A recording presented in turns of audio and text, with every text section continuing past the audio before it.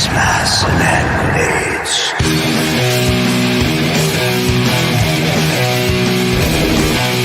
Gas masks and hand grenades.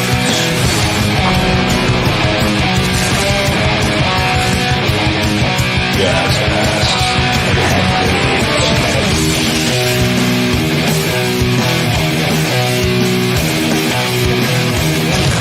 grenades. Gas masks and hand grenades.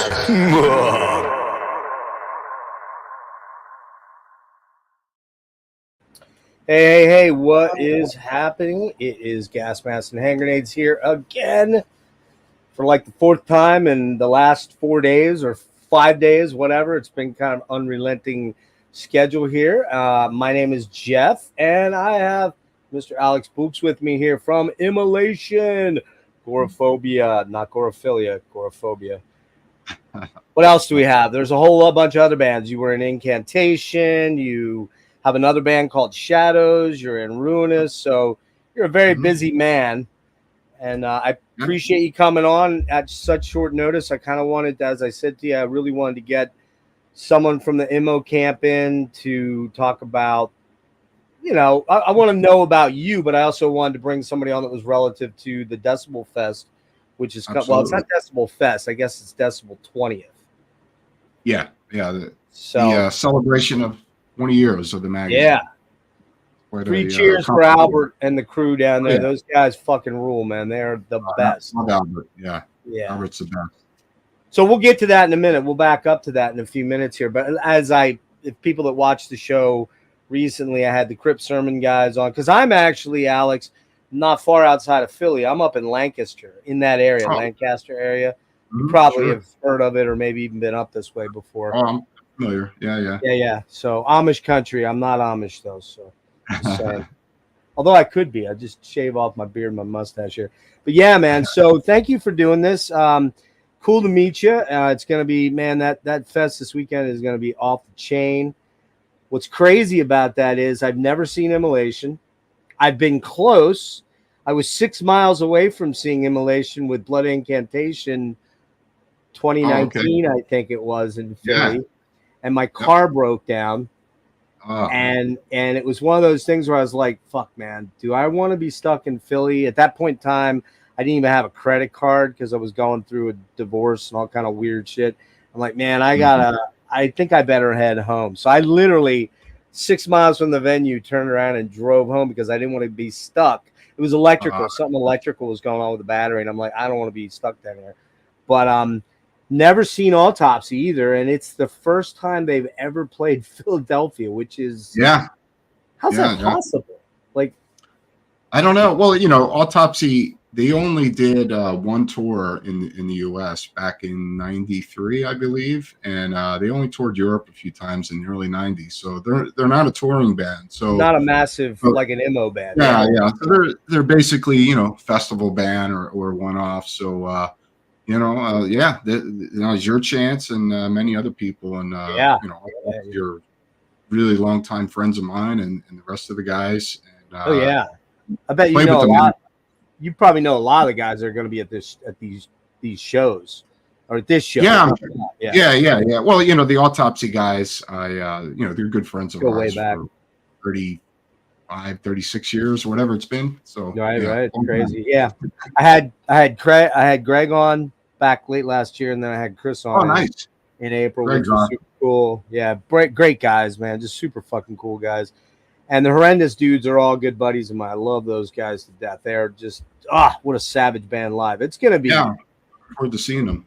It's going to be stupid. By the time Autopsy comes on, an old man like me is going to be like, man, I need to be in bed. I'm fucking tired. So I got you guys by a couple years. I'm up almost to 60 now. So, and believe me, dude, it hits. And when it hits hard. Oh, it's already hit me. I'm in my 50s. So it's trust me, I feel it. Well, listen, man, let's start at the beginning. Let's go back. We just established you are from the Philly area. You're no longer there. You're down more in Virginia way now. But let's talk about young Alex. What are the first memories? I hate to do this canned question, but it's a great opener, especially for guys like us that are in similar age ranges where we kind of can sort out where we all kind of came in and how we got infected by metal in particular. Mhm. And for me, I'm a child of the 70s mostly and the early 80s. I graduated in 84 from high school. So, I mean, I lived in the era of the Priests and the Maidens on the Ascent and the Sabbaths and the Yes and the Rush. And the biggest band for me, I don't know if this was for you. It might have been a little bit too early for you, but Kiss was my gateway drug, man. I mean, that was the band that was like, okay, this is what I wish this is what I would like to do. It didn't work out that way, but I am a guitarist. I play a lot and I write a lot of metal and I play a lot of metal, but I just didn't go for the pro thing that you did. But where did you come in? Because like I said, for me, the first memories I have of music are like the early 70s AOR or like AM radio stuff, you know, like fucking speaking my language. like fucking you know, Simon and Garfunkel, Bridge Over Troubled Water, and Carole King, Tapestry, and James Taylor, the early 70s soft rock stuff. My parents weren't listening to the Stones. They weren't even listening to the Beatles. I didn't really get into the Beatles till probably the latter part of the 70s. And it's kind of weird when you think about that, Alex. Like, for a guy like me, when the Beatles broke up, I was 4. You probably weren't even alive yet. But it's just crazy to think that like 4 or 5 years after the Beatles were gone, I was listening to them, but they seemed like they were from so far back, you know? Yeah. And so where did you start at? What were the first memories you have? Well, actually, my father was a big music fan. So it was like Jimi Hendrix, The Doors, The Beatles, the Moody Blues, you know, folk stuff like Joan Baez, stuff like that. Joni Mitchell. Yeah. So, but my uncles were, I had, you know, some cool uncles in the 70s that were onto hard rock, as we called it, heavy rock back then. And Right. So, you know, it was, you know, typical Sabbath, Zeppelin, Purple, you know, UFO, Thin Lizzy, Rainbow. EOC, Blue Oyster Cult. Yeah. My first concert was in 1977, and that was Queen at the Spectrum. Wait, And, how old were you? Oh, I was like 7 years old, something like that, 6 years old. Holy shit, dude. Wow, that's great. And I fast forward, I saw a year later, I saw it was Black Sabbath with Van Halen opening up. Oh, you know, that tour, yeah.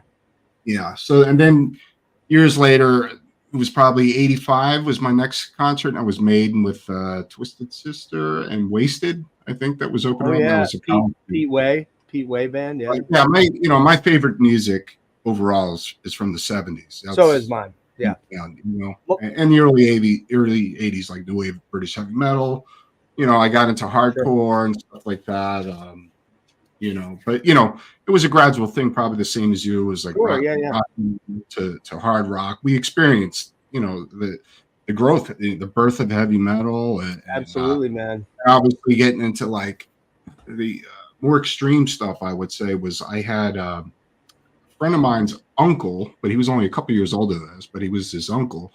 He had they all came out the same year. It was Kill 'Em All, Merciful Fate, Melissa, and Raven. I think All for One. I think, and no.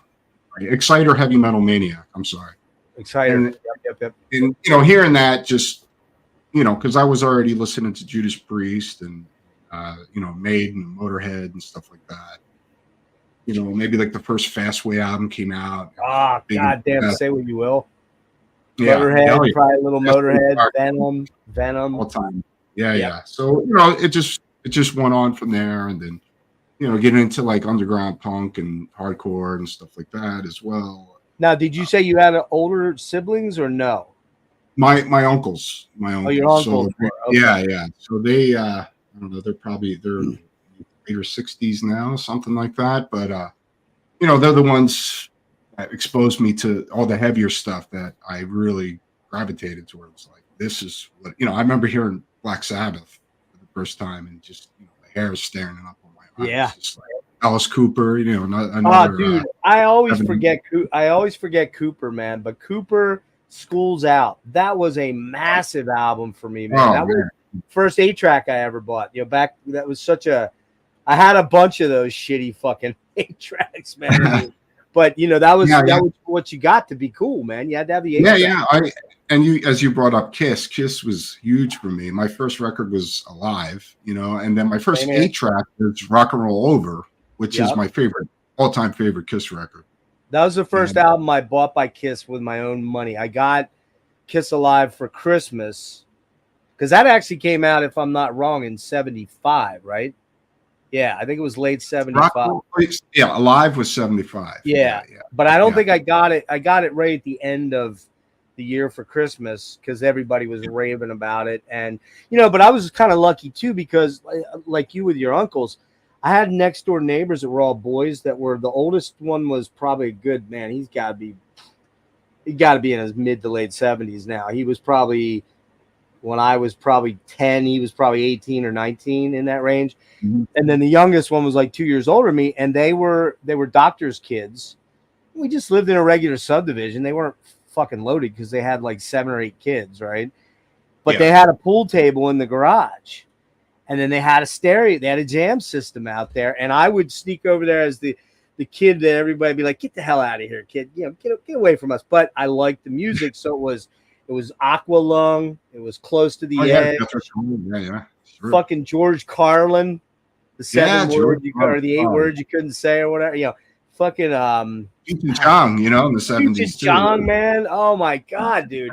And that was the stuff that was what we they let me sneak around and kind of hang out while they talked about girls and going out and smoking weed and stuff like that. Yeah, man, this is all I want to be. I just want to grow up to be those guys. So I was kind of lucky in that respect. But Kiss was my first show in 1979 for Dynasty, and by that time I was over them, though. I literally, that was it. 80 was it. I never bought any more Kiss after that. It was so weird. The solo albums kind of, I think when the solo albums came out, I was kind of like, all right, who the fuck are these clowns? Like, Peter's doing this, 50s, 60s, blue-eyed Detroit soul. Jeans is just a weird album start to finish. But Aces, man. Aces kicks ass, and Paul's pretty good too. I mean, there's a little bit of schmaltzy pop on Paul's, but Paul was always the best songwriter in the band, as far as the guy. Totally. But man, I mean, I went to see them. They came up out of the tubes, out of the center of the stage. They came up, got out of these things, and you're like, oh. I'm jealous, man. Because that was the band I wanted to see when I was a kid, was Kiss, and I didn't get to see Kiss until many years later. So. But here's the crazy thing: Kiss. I lived in Houston, Texas at the time. I was born up here, but we moved down there for 4 years, and that's where I found out about Heaven and Hell. Sabbath. All the Unleashed in the East. Don't get me started. Unleashed in the East is huge record for me. Oh, dude, that's the first Priest I heard. And my introduction to Judas Priest was that record, actually. That was mine too, man. And the funny thing is I don't know, like 80% of it's not really live, but it's like don't know. Well, the vocals are not live, from what I understand. I think everything else. Still, it's amazing. It's got the best songs on there. It's got all the dark 70s stuff that they did. And, good, man. Yeah, just what an for me as a kid, I remember speaking, like picking up the guitar was basically a result of looking at that image of KK Downing with that flying V. I was going to ask you where it started. So that's kind of where the love affair started. Yeah. Yeah. And obviously Hendrix and Pete Townsend, when I was a kid hearing that guitar sound, but I really didn't know what that was, at that point, but the attraction of that distorted. Oh yeah, man. Who Are You? That album, like when that came out, that was another one I bought with my own money. No. Who's next? That's Who's next was before a little bit. That's later. Yeah. But man, I mean, so I see Kiss, and here's the crazy part of it was Priest was opening on that tour until the day like 2 days before my show, and we didn't get them. I don't know if that was where the tour ended in Dallas and they didn't follow through to Houston, but I could have seen Priest in 79 with Hellbent for Leather. I've never seen Priest, too. That's a band I've never seen. Believe it or not, one of my top 5 bands of all time. Nope, never saw them. You've never seen them live? No. Dude, isn't that the weirdest fucking thing that we could be in our mid to late 50s, and there's certain bands that, like, I didn't get to Maiden until fucking the Final Frontier, mainly because I had tickets to see Maiden and Priest on the 83. Was that not Defenders? It was Screaming, probably, right? Yeah. Screaming. Yeah, Screaming. 82 Screaming, right? It was 83, the summer of 83. 83, not before, probably, yeah. I think it was right before Defenders came out. And then, of course, that was Peace of Mind. And I got Poison Ivy, like, all over me. Oh, man. To the point where I couldn't even walk. I was like, like oozing, not to get gross, but it was not good. I had to go on like steroids. This was like 1983. I was a junior in high school. I was like, gave the ticket to my buddy. He's like, hey, man, the show was fucking great. I'm like, fuck you, man. But my second show, and I think you'll appreciate this, maybe even if you don't like the band, but I sense you probably do, but was my lifelong love affair began with my favorite band of all time. Sorry, it's not Immolation. It's Rush. I'm a dyed in the wool Rush fanatic. I've seen them 54 times, and that was my first time in 1980. Wow. Yeah, I was 4 to 5 times every tour from that point forward. I'd missed them in Signals, and believe it or not, I missed them on the original Moving Pictures tour, because I was moving back to Pennsylvania, and I didn't have a driver's license yet at that point. So, but yeah, man, I mean, so when did you start playing guitar then? What was the first time you got an acoustic or an electric? Give me that story. Probably like 85, 86, something like that, around that time period. I think I started, probably 85 is when I picked up the guitar. And I had... So you're like, what, 14, 15 here? Somewhere in that range? Yeah, no, I was like 13 or something like that. And I had a, what do you call it again? It's like a hollow body. It was just some no-name guitar that I got off a buddy of mine. And then he took it back because I never gave him the money for it, Yeah. Then my father eventually got me a guitar. And, I just, stopped hanging with the guys on the corner and, getting in the truck, getting away from trouble and all, because I lived in a pretty rough part of Philly for some of my earlier years in Kensington. Oh, fuck, dude. Yeah. Was it bad back then? What's that? It was bad back then because it's fucking terrible. Like it is now, but it was more of, we didn't call them gangs, but we called it crews, and and I was a part of a certain crew of guys, and right, and but I got so into playing guitar because I definitely didn't want to. At a young age, I knew I didn't want to end up like the rest of the guys I was hanging in jail. Out with. Yeah, right. So I would just come home and from school and just sit there and go over a bunch of chords and some scales, and and within a couple months I was playing with 2 guys, and we were doing covers, and I think Bonded by Blood was probably just came out. Right, that just came out. 86, we did like Piranha, and we did like Metallica and Merciful Fate and Maiden, and now, were you figuring it out playing off the vinyl or the tape, and just rewinding the tape? Yeah. Vinyl, okay. Yeah.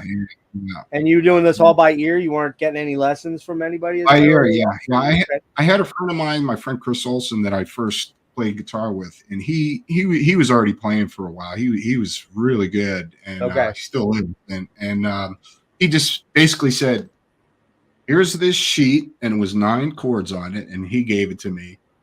Take that home. And he just showed me, where the tablature is, where your fingers are going on the chords, that on the sheet. And that was basically it. And I think the first song I learned was Black Sabbath, Sabbath Bloody Sabbath. And then I learned Kiss, Cold Gin. That was the second thing I think I learned. Oh, yep. And it just, and then eventually you're doing covers, and then I pretty early on, I just started writing my own music, and I just lost interest in the cover thing. I was just like, I don't want to play other people's stuff. I want to do my own stuff, Right. So, it just went on from there. And then, I played with older guys. All the guys I played with were probably about 5-6 years older than me.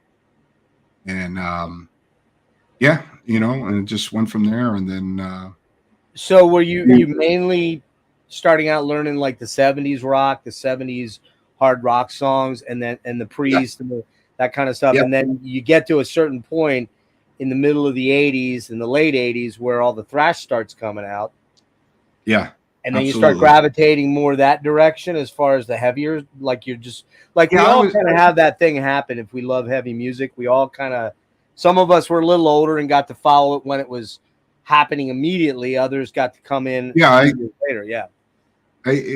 From day one, I kind of discovered all that stuff, and I got really like Celtic Frost, Morbid Tales had come out, and Oh yeah.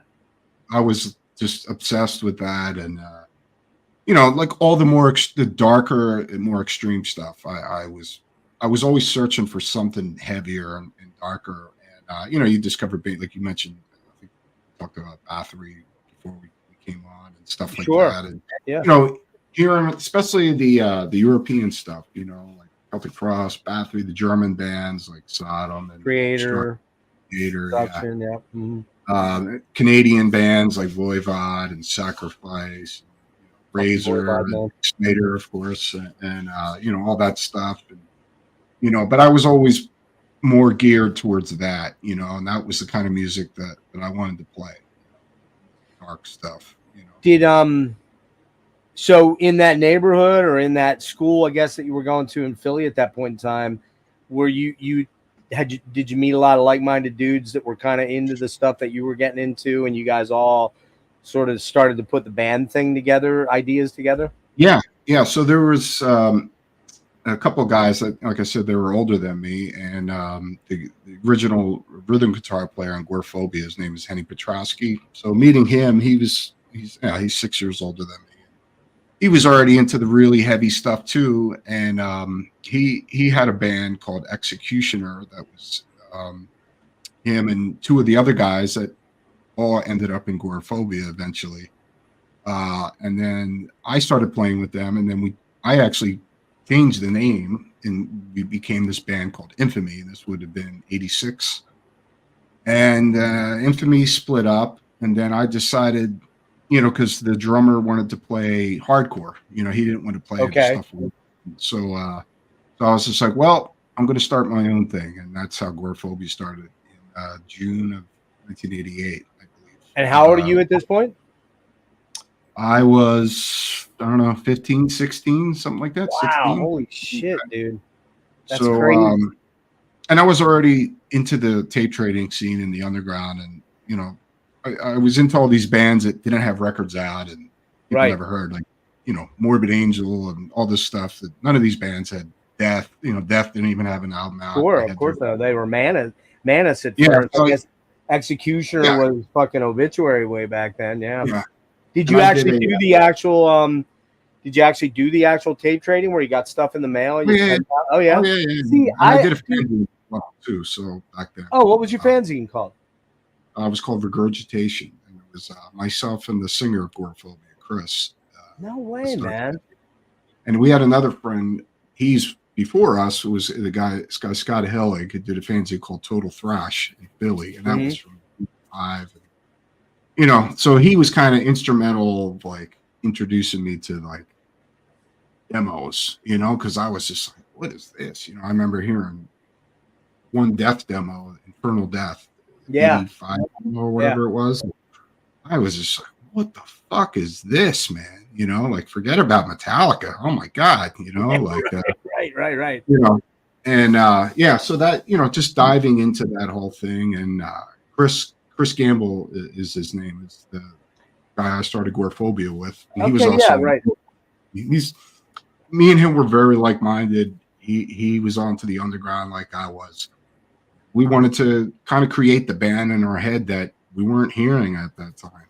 So because a lot of the thrash bands just started to kind of get weaker, and we wanted to keep it dark and heavy and extreme. And, so that's just pretty much how Goreaphobia came about. So Goreaphobia was technically your very first band then that you got going. Creating the band. Oh, hold on a sec. You froze up on me there for a minute. Yeah, it stopped for a second. Looks like Okay. it's all right. So Goreaphobia was your first band then, although you said you changed. No, Infamy. Infamy was the first band. It's kind of morphed into And morphed Goreaphobia. into Goreaphobia. Okay, Yeah. gotcha.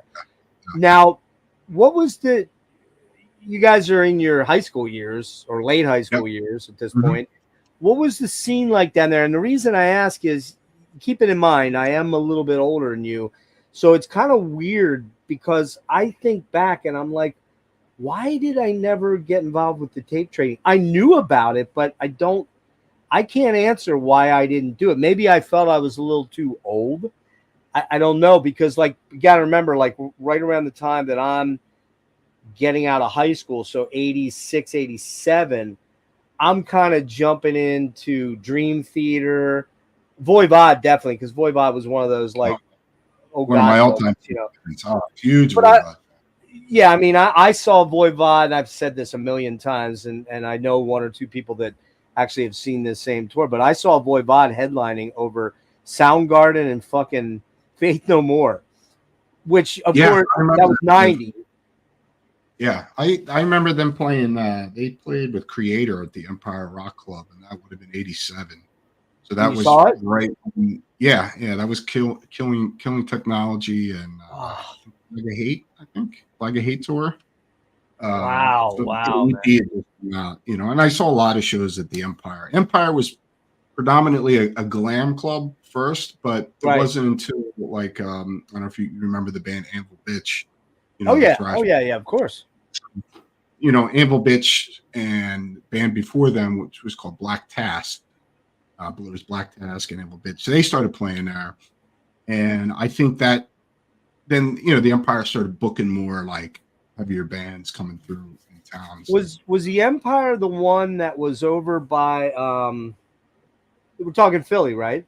Yeah, Common Avenue was on Common Avenue. Yeah, and they closed, right? Did they close like in the 90s sometime or something? I think it was 1990 it closed. I think you're right, because I went to see King's X down there at that club. It's the only show I ever went to at that venue, oddly. Every other show I ever went to was either the Troc or the TLA or later stuff like Union Transfer and shit like that. But that Empire Rock, it was called Empire Rock Club, wasn't it, or something like that? Yep. So we show up there, and King's X this is for Gretchen, right? And King's X is another one of my all-time favorite bands of forever. And they're fucking blasting in there, just super loud. Doug's got that mega bass tone, that 12-string fucking, it's just so heavy. Yeah. And all of a sudden, the PA just starts doing all kind of like, it's like, here they blew the PA while they were fucking warm up. And they couldn't get a PA in because it was a Sunday afternoon. They didn't have a backup PA of all things. And this was This was probably 89, I think, when Gretchen. That's like September right before it closed. Yeah, that's what I thought. I saw many bands. Death and Dark Angel, I saw there. Nice. Overkill. Testament. I don't know. I'm going on and on. Death Angel's first tour coming through there. I saw them there. And then Anvil Bitch, of course, and like the kind of the hometown heroes. I know that name really well. Who was in that band? John Plumley, Chuck Sedulis, Dave Carr, Gary Capriati, and then they became Dominance.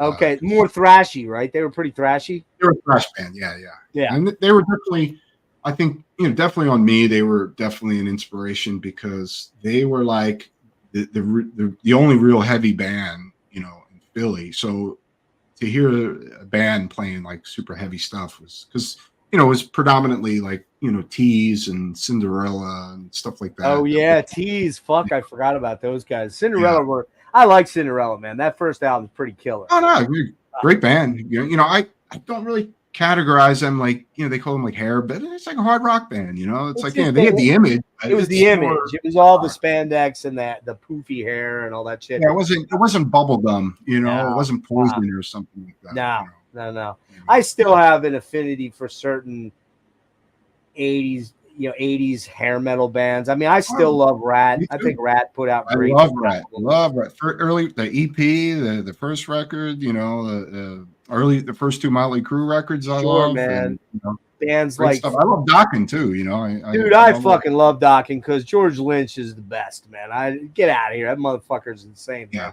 I definitely went through the period of like Kill Posers and all that kind of stuff. Yeah, I didn't have that. I think I was a little older, so I was kind of over it by then, I guess. I don't know. Yeah. But I know where you're coming from, and I understand it. Was that youthful sort of, my thing was in 86, when was No Life Till Leather was 83, right? Or 82. Probably 82.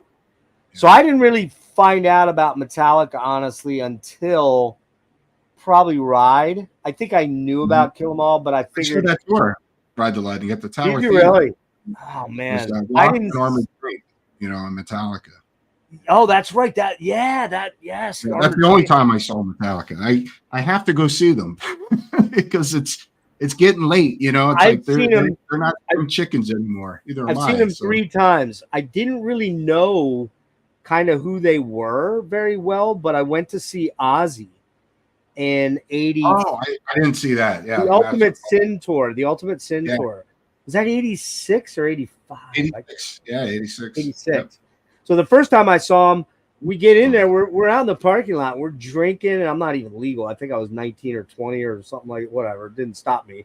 But getting lit up, getting baked, and we go in and they're playing like fucking Sanitarium. I'm like, or not Sanitarium, Fade to Black. And I'm like, man, who is this band? Like, I've heard this before, but I didn't put it together for some reason. And then I saw Ozzy again later that year, and it was with Queensryche for Rage for Order, which was killer too. So I was a little bit more into the more melodic stuff at that era, and it was the Metallica, it was the Ride the Lightning, and of course, Fate's Warning and all that stuff right in that mid 80s period where I finally was like, all right, they pulled me over because like Venom I tried and I just couldn't get into Cronus's vocals, and it was always a vocal thing for me. Like I knew about Death in 87 or 88 when the first album came out, 87, right?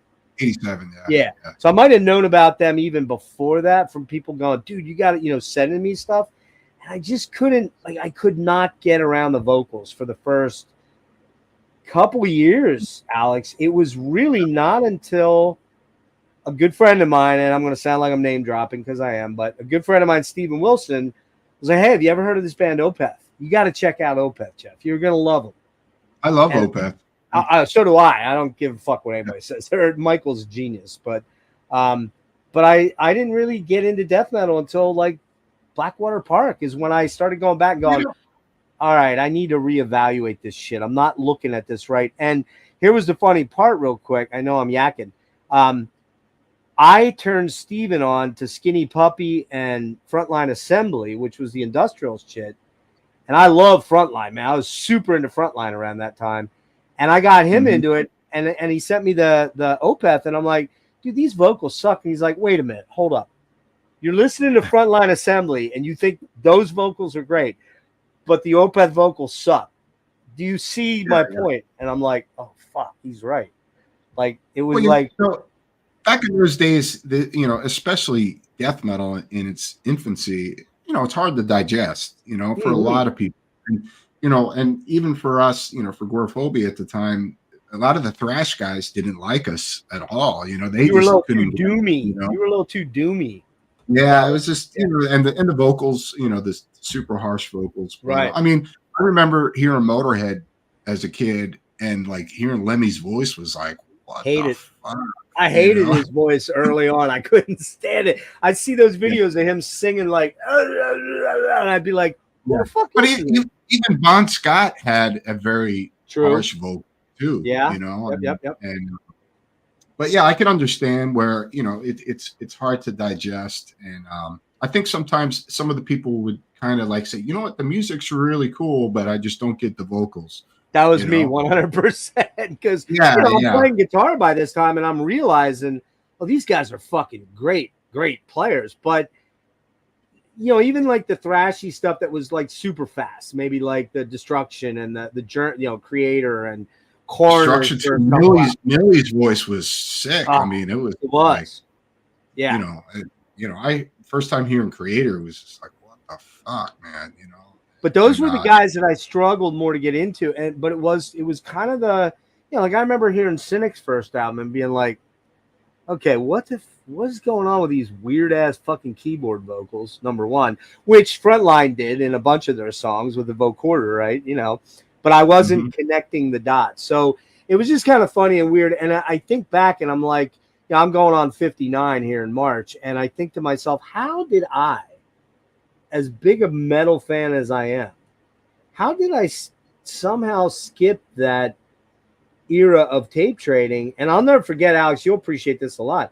Never forget hearing Melissa, my buddy, the same day, Melissa and fucking Metal Church's first album.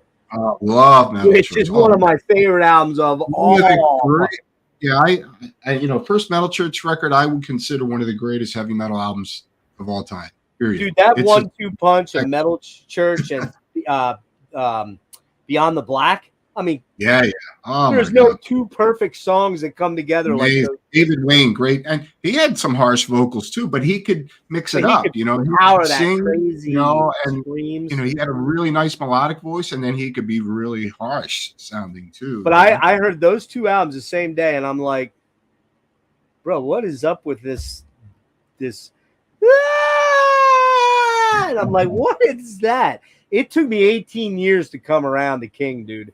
It took me forever. It was day one. I was hooked. Yeah. But the weird thing is, I can only do so much King, and then I got to put it aside for a couple months because it's just almost too much. But now, I was listening to In the Beginning yesterday, and those fucking Satan Fall and all those tracks are just, the guitar is so fucking badass, and you're like, why didn't I get into this? But it's always been the vocal thing. So But so you're okay. So Goreaphobia. If I say Goreaphilia, I apologize. I just, for some reason, I goofed it up. But you guys did a couple of would you do some demos before you did that first album? We did demos. We did some 7 inches, and it wasn't until years and years later that we got back together and we did 2 full-length albums.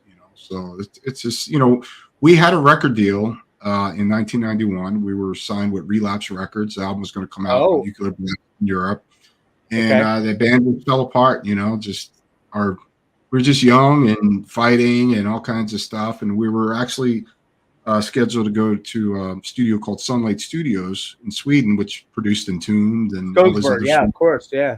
We would have been the first American band to go there. Really? And, it just fell apart, and. What? So. Just young guys and not being able to kind of agree on shit, or? Yeah, it just in the beginning of the band, it was like a real camaraderie, and then we got, I don't want to sit here. It's just talk shit and stuff. I know. So I know. Long ago, and I'm not asking you to do. I'm not asking you to do that. I'm just kind of. Yeah, we were kids, and it's just without thinking things through, we just. The band imploded, unfortunately. So that first album is what's the name of that? I'm sorry.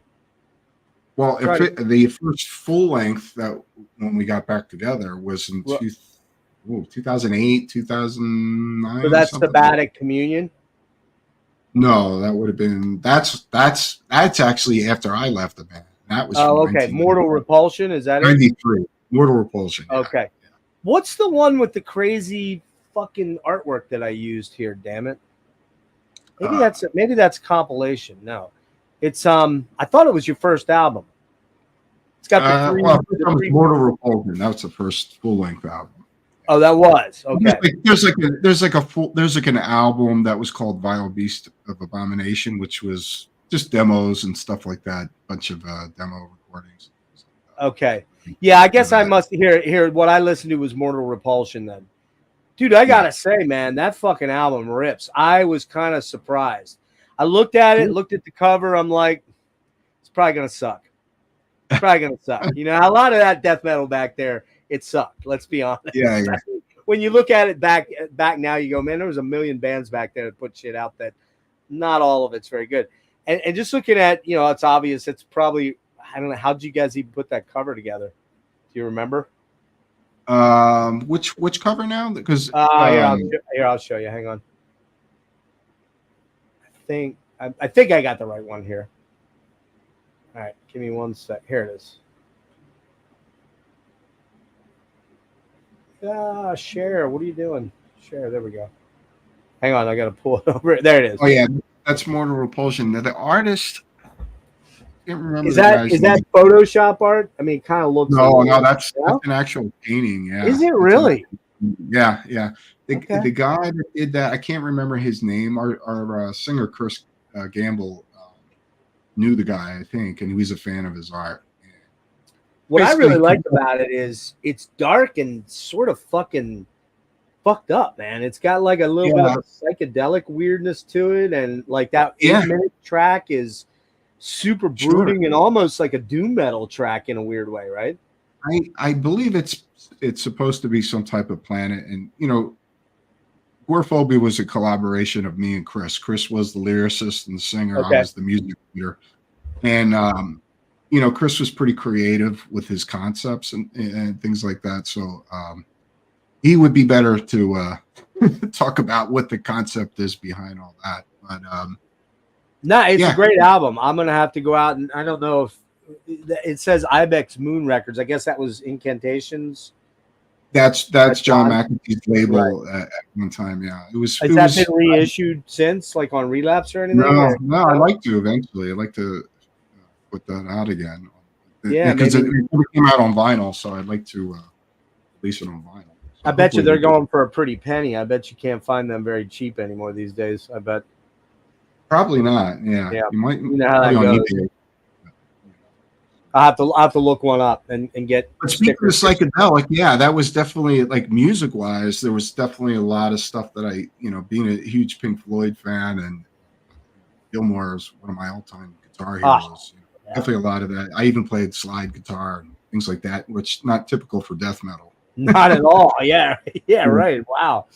Yeah, man, I was very surprised by this. I was like, God damn, that's actually really fucking good. So, and I listened to the second one too, Apocalyptic Necromancy. I think I got about halfway through that, trying to just get that album's a little bit more heavy metal influences in there. A little bit.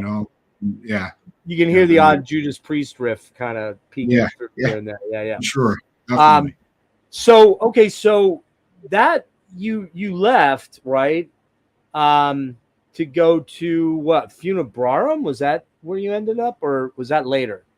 No, Incantation, right? Yeah, I was doing Incan around the same time. Actually, the same time Goreaphobia got back together. I was doing both bands. Funebrarum was just a brief stint. The guitar player, Nick, he was like the main songwriter of the band. He just wasn't into playing live. And, they needed somebody to fill in, and then I just joined for a brief period, and then that band broke up. So me and two of the other guys from Funebrarum started the band Ruinous, because we had written a whole album of material that was supposed to be go towards a new Funebrarum record. Okay. And we had such good chemistry, myself and Matt Medeiros and Sean Eldridge, the drummer, that we were like, well, we wrote all this stuff. We're not going to, let's just start something new and call it something else. And so that's how Ruinous, the band Ruinous, which we're. And Ruinous, is Ruinous still an ongoing thing at this point? Yeah. We have a new record written, and we're going to get in the studio soon and get the new record recorded. So, yeah. So talk a little bit about, you've known John McAtee forever too. I mean, was he a Philly guy too, or a Jersey guy? No. He's originally from Fairlawn, New Jersey. Oh, Fairlawn. Okay. Yeah, we've been friends since we were teenagers. So did you meet him in the scene, like coming to shows, or through other bands, or how'd that come about? There was probably maybe 5-6 guys that were into death metal back in the 80s. So, right. So it was myself and Chris Gamble and Henry Petrosky, the other guitar guitarist at Goreaphobia, and John, who he didn't have Incantation yet. He had a band called Revenant, which was like a thrash band, and Immolation, and then Mortician too, Will from Mortician, and so we were all just gravitated towards each other, just from the underground. That's how, like, And I you guess see these guys. I'd imagine some of these guys being New York guys, you might run into them at shows, or certainly once you started playing shows. When was your first like live show that you recall as being like the real deal, not like the Battle of the Bands? Goreaphobia, we didn't play live until 1989. So we did a couple shows in '89. That was the original lineup. Okay. And then Chris, he was just the bass player. Our singer, unfortunately, we had to fire him because he was just, he had a lot of mental issues and stuff like that. And unfortunately, he killed himself, like in, I guess, 1990, something like that. So Chris took over vocals, and that's when things really started to take off. By the time Chris started singing, and we just started gigging. And there's a club in Pensacola, New Jersey called G. Wilkers. So our friend Ann Bowman, who ran a record shop down South Street, we kind of just would bring her demos and like, check this out. And she just got really into the music. And so through our connections and her connection with the club, we just started bringing bands there from, everybody played there. Cannibal Corpse, we brought down, Immolation, Deceased from Virginia, Suffocation, just so much stuff, Yeah. So you were. What was the name of the? What was the name of the club again? It was called G. Willikers. Man. G. Willikers, Pensacola, New Jersey. Yeah. I think I'd remember that, but that one doesn't ring a bell. You mentioned South Street. Are you talking about the old Relapse store there on 4th and? No, that's way before that. This was called Rock and Roll Plus. So this was in 1980. Oh yeah. I remember that place. Yeah, there was the other place too. What was it called? The well, they changed Digital Ferret, and then they went to Vinyl Altar. But originally they were on. Oh, that's probably 20 years later. No, this is 80. This is talking about 3rd Street Jazz and Rock. That was in the 80s. Yeah. No, it was on 4th. But you know where the old Relapse thing was right up? Sound Pollution? Yeah, what was the name of it? Sound Pollution, maybe. I think it was Sound Pollution. It was on the other side of the street. And the guy that ran that, he was good friends with Voivod, if I remember. He was like a buddy. And he was really into. He brought a lot of goth and industrial. Yeah, which I love all that music too. Yeah, so do I. I met the guys from Frontline there, and I'll never forget. I walked in to see them. They were playing the Troc for Hardwired, so that would have been 96 probably.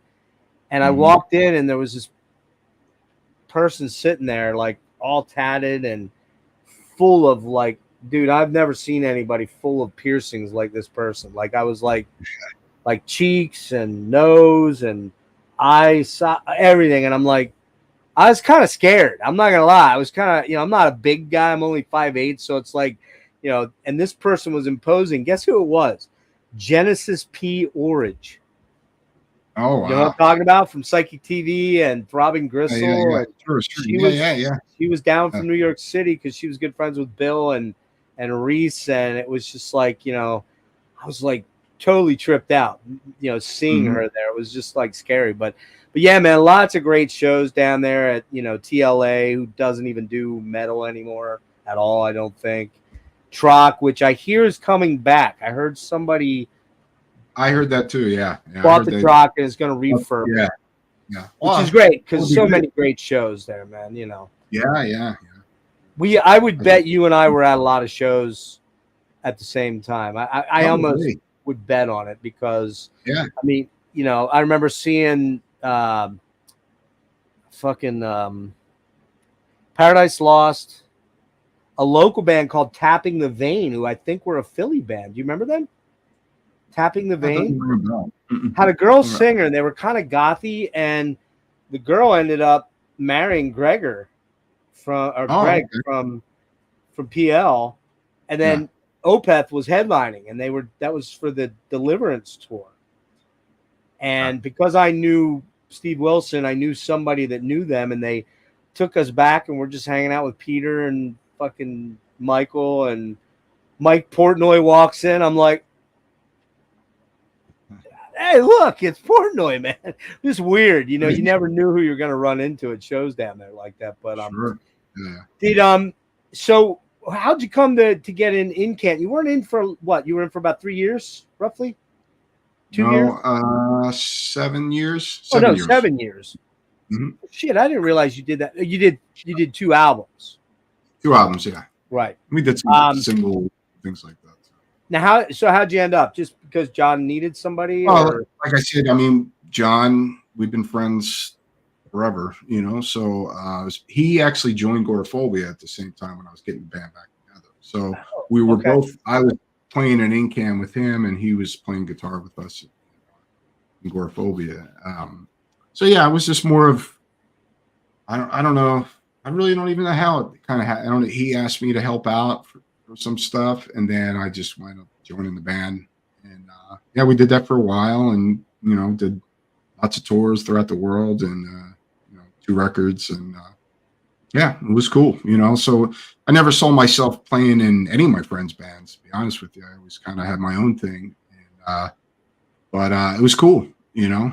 And you know, been pretty fortunate with a lot of different people, you know. And did you knew Bob and Ross already prior? You'd known them for a long time. Okay. They're like my best friends. So yeah, we've been friends since the band started, since Immolation started. You know, so when they were looking for somebody, then you joined them in 2016. I don't know why I thought you'd been. Oh, you're almost there a decade now, but I don't know why I thought you'd been with them a little bit longer. Was that just a natural sort of thing? Well, we've been. Yeah, it was just. Well, it's kind of funny because it. You know, me and Ross would talk at least every 2 weeks on the phone for forever, you know? Right. So it was one day, a normal conversation, and it was like 2 hours into the conversation, and I was about to split, and he's just like, oh, before you go, I just want to just ask you something. You know, what would you think about joining the band? And I was just like, what? So like it just came up out of nowhere. I mean, they were preparing to move on from. Well, Bill Taylor, who I replaced, Bill just, you know, had a lot of personal stuff going on, and he had to step away from being in the band. You know, wasn't any problems with Bill or anything like that. So, oh, okay. Yeah. So, yeah, and that's just basically what happened. So I always loved the band's music, and you know, like I said, they're brothers, they're family to me. So just made sense to go and do it, you know. Oh yeah, your birthday's tomorrow, isn't it? Or is it today? Oh, yeah. Is it today already? I don't know. John. No, we're not there yet. We're not there yet. I didn't talk that much, Alex. Come on now. John Verica, is he? I don't even know. John Verica. That's one of my oldest friends right there. Oh, nice. Actually, John did the first ever video fanzine. So he documented all those early 80s thrash shows and early. Is this Decaying Visions? Yes, Decaying Visions. There you go. Perfect segue, John. You walked in at the exact right time. So John Halm from Agalock asked me to ask you about Decaying Visions. I missed this too. I mean, so tell us what that's all about. Then John is here for that. That was John's video zine, and yeah, we did an interview with John. It was kind of an entertaining interview. You can find it on YouTube. We're actually arguing. This was probably 1990, I guess, something like that, and arguing in the interview. You can see why the band broke up when you watch the interview. Oh, I see. Okay. Absolute bad news, Spinal Tap, you know, stuff there. Okay. Yeah, but yeah. So yeah, John. Was that like cable access? Was that a cable access? Was that a cable access thing, or no? That was just strictly through the underground. So he would, you know, do interviews with bands, and I mean, everybody. Us, Carcass, Death, Morbid Angel. No way, dude. You name it, Immolation. Everybody was, you know, in his fanzine.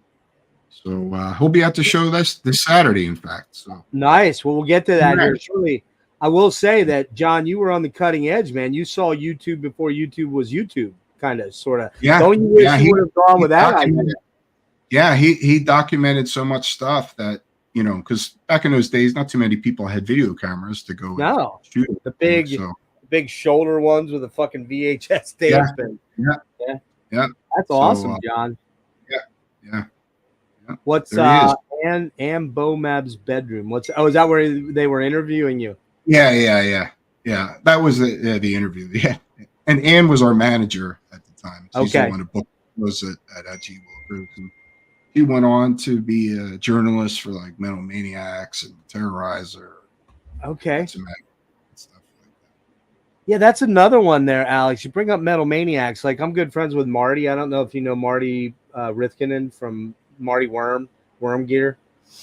I'm not sure if, maybe. He was with Metal Maniacs for a while too. Some buddies with him. He has a YouTube channel called Heavy Metallurgy, which they do okay. You'd probably actually know that, yeah. John's wife, Sue used to write Sue Barrica. Oh, it's John's. Okay, so, got it. I think John did an episode with them on that show.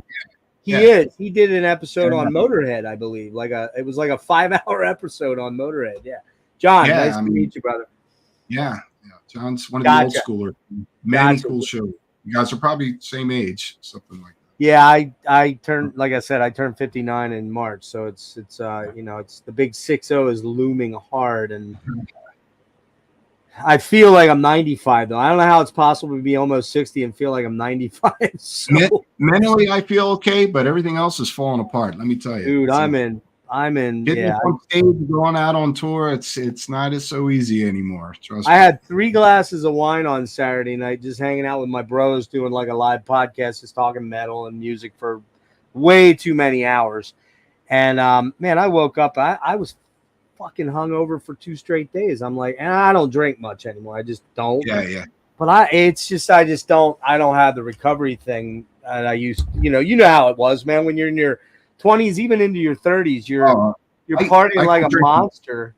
Well, I was really. I mean, I quit drinking 22 years ago. So, I heard that. That's fantastic.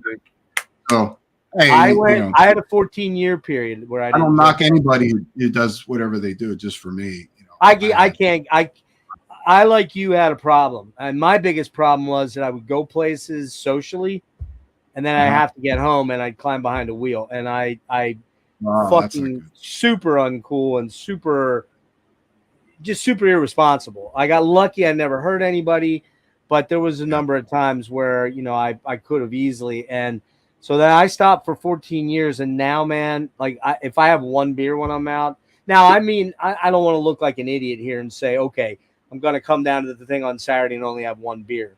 But I will tell you, you won't see me fucking hammered. I just don't. I went to MDF and got hammered for 3 straight days. Right. And the last 2 days, I could barely do anything. I could barely function, let alone, I was like, but I didn't have to drive. I didn't have to go anywhere. I wasn't, there was never any, stupidness out of it. It was just, I was just letting loose, having fun. But I get it, man. I mean, so congratulations on that, dude. That's awesome. That's something to be proud of. So I still hang out with everybody, though. Trust me. I go out on tour. I hang out with all the drinkers. After a while, it's like, okay, when I can't comprehend what you're talking about, I'm like, all right, I'm going to bed. I'm going to my bunk. I'll see you tomorrow. I'll see you guys later. Right. Yeah. You wised up. You got smart enough to not be one of those guys. So, and I don't do that anymore either, especially if I'm away in like Philly or Baltimore and I got to drive home. That's the last thing I'm going to do is get drunk. 2 beers max. Get an Uber. Yeah, well, an Uber from fucking Baltimore would cost a lot of money. So I stopped drinking 2 or 3 hours before the end of the night, and I drink water. I always eat before I go in, before I drink anything. So I rarely get hammered. Like I said, at MDF, we were walking to our hotel. We didn't have to drive anywhere. We didn't have to do anything. And so I kind of let loose, but boy, I paid for it for about a week after that. I felt like, not very good. But so you end up in did you record anything with Funebrarum? And we did. The only recording I'm on is a 7-inch that we did. Is that the Undergang 7-inch? Yes. Yeah. Okay. That's it. Yep. I've not heard that. I do love that That one. I was never happy with that. Let me tell you though, that's one thing I'm not happy with was that recording. It just it was really rushed, and it shouldn't have seen the light of day, in my opinion, at least. You're not happy with your performance, or just with everything about not my performance, but just the overall song, and it was thrown together, and could have been a lot better. That's for sure. I really do like that Sleep of Morbid Dreams, but I think that might have been after you were in the band. That's before me. Before you were in the band. Yeah, that's a that's a great album. Yeah, man, it's so fucking really dang. Good. Just so thick and soupy and gnarly, man. Yeah. So you've been on 2 full albums with this kind of surprised me. I just for some reason thought you were on more albums with Immolation, but you had the pandemic and all that in there. But you've only actually been on 2 full albums where you've been a contributor then? Only the last record as far as contributed anything. Okay. So Atonement, that stuff was all written by Bob before you got in? Yep. Okay. What's some fun stories about Immolation that you could tell that are legal and won't get anybody in any trouble? I'm just curious. Well, I could tell you there's nothing too crazy because we're all pretty nerdy, boring guys. We're there's no major partiers in the band or anything like that, and we're it's funny because most people that meet us, because of the music, they think, oh, it's this crazy, evil bunch of guys or whatever. But these guys drink. We're nerdy guys. They drink goat's blood and worship virgins or worship the virgin. All that kind of crazy shit. Yeah. No, none of that stuff, So, but I mean, I don't know. We just love the music. It's just about the music, and our craziness is going out to get ice cream after the game. Going crazy and having pistachio instead of chocolate. There you go. None of the guys are ever. I mean, they drank still. Once in a while they have a few beers or whatever, but nobody's like crazy, out of control guys. We're all pretty low key guys, and I mean, let's be honest. The death metal dudes rarely have the stories like the hair metal dudes. Okay, you don't have the groupie girls lining up outside the tour bus, and you're none of that. Yeah, it's more of a sausage fest 99% of the time, anyway. So But there is nowadays. There's a lot more women more. Because in the 80s, you go to a Slayer show, you weren't seeing too many chicks. Nope. We had to go to the glam shows to meet the girls and hang out. Wait for them to come out. I know. I was there. I remember, man. Did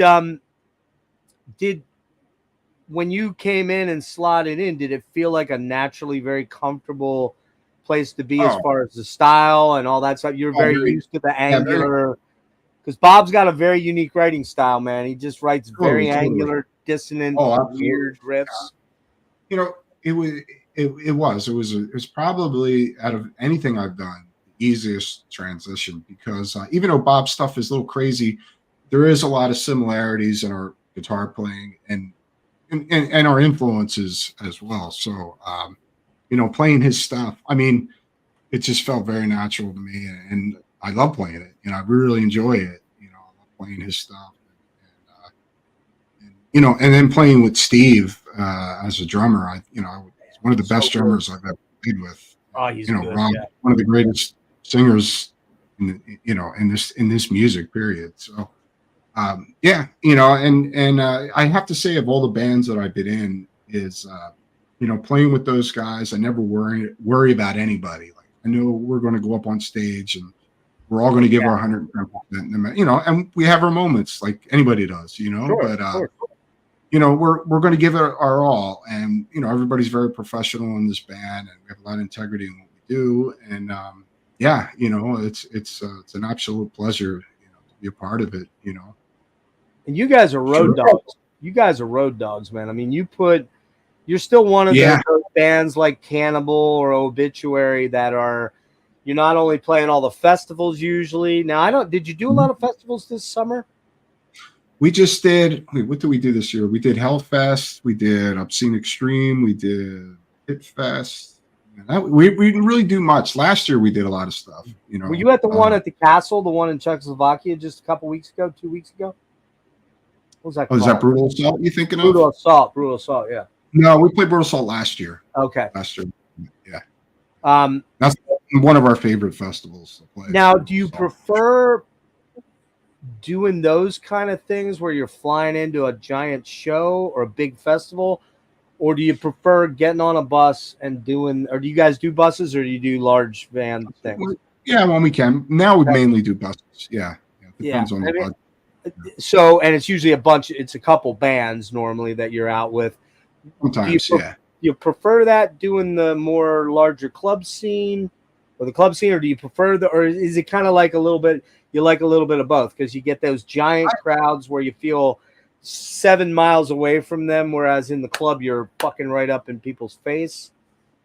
Yeah. I mean, personally, there's nothing that compares to the intimacy of the small club show crowd right there and just feeding off the crowd. I mean, it's always amazing. But I mean, I also like playing the bigger stuff too. But it's a hard. I don't know. It's a hard question to answer for you. I guess the thing with a lot of those. Well, I guess the thing with a lot of those European festivals is you're kind of on a real time crunch, though. It's always get to the show. You're on tour too.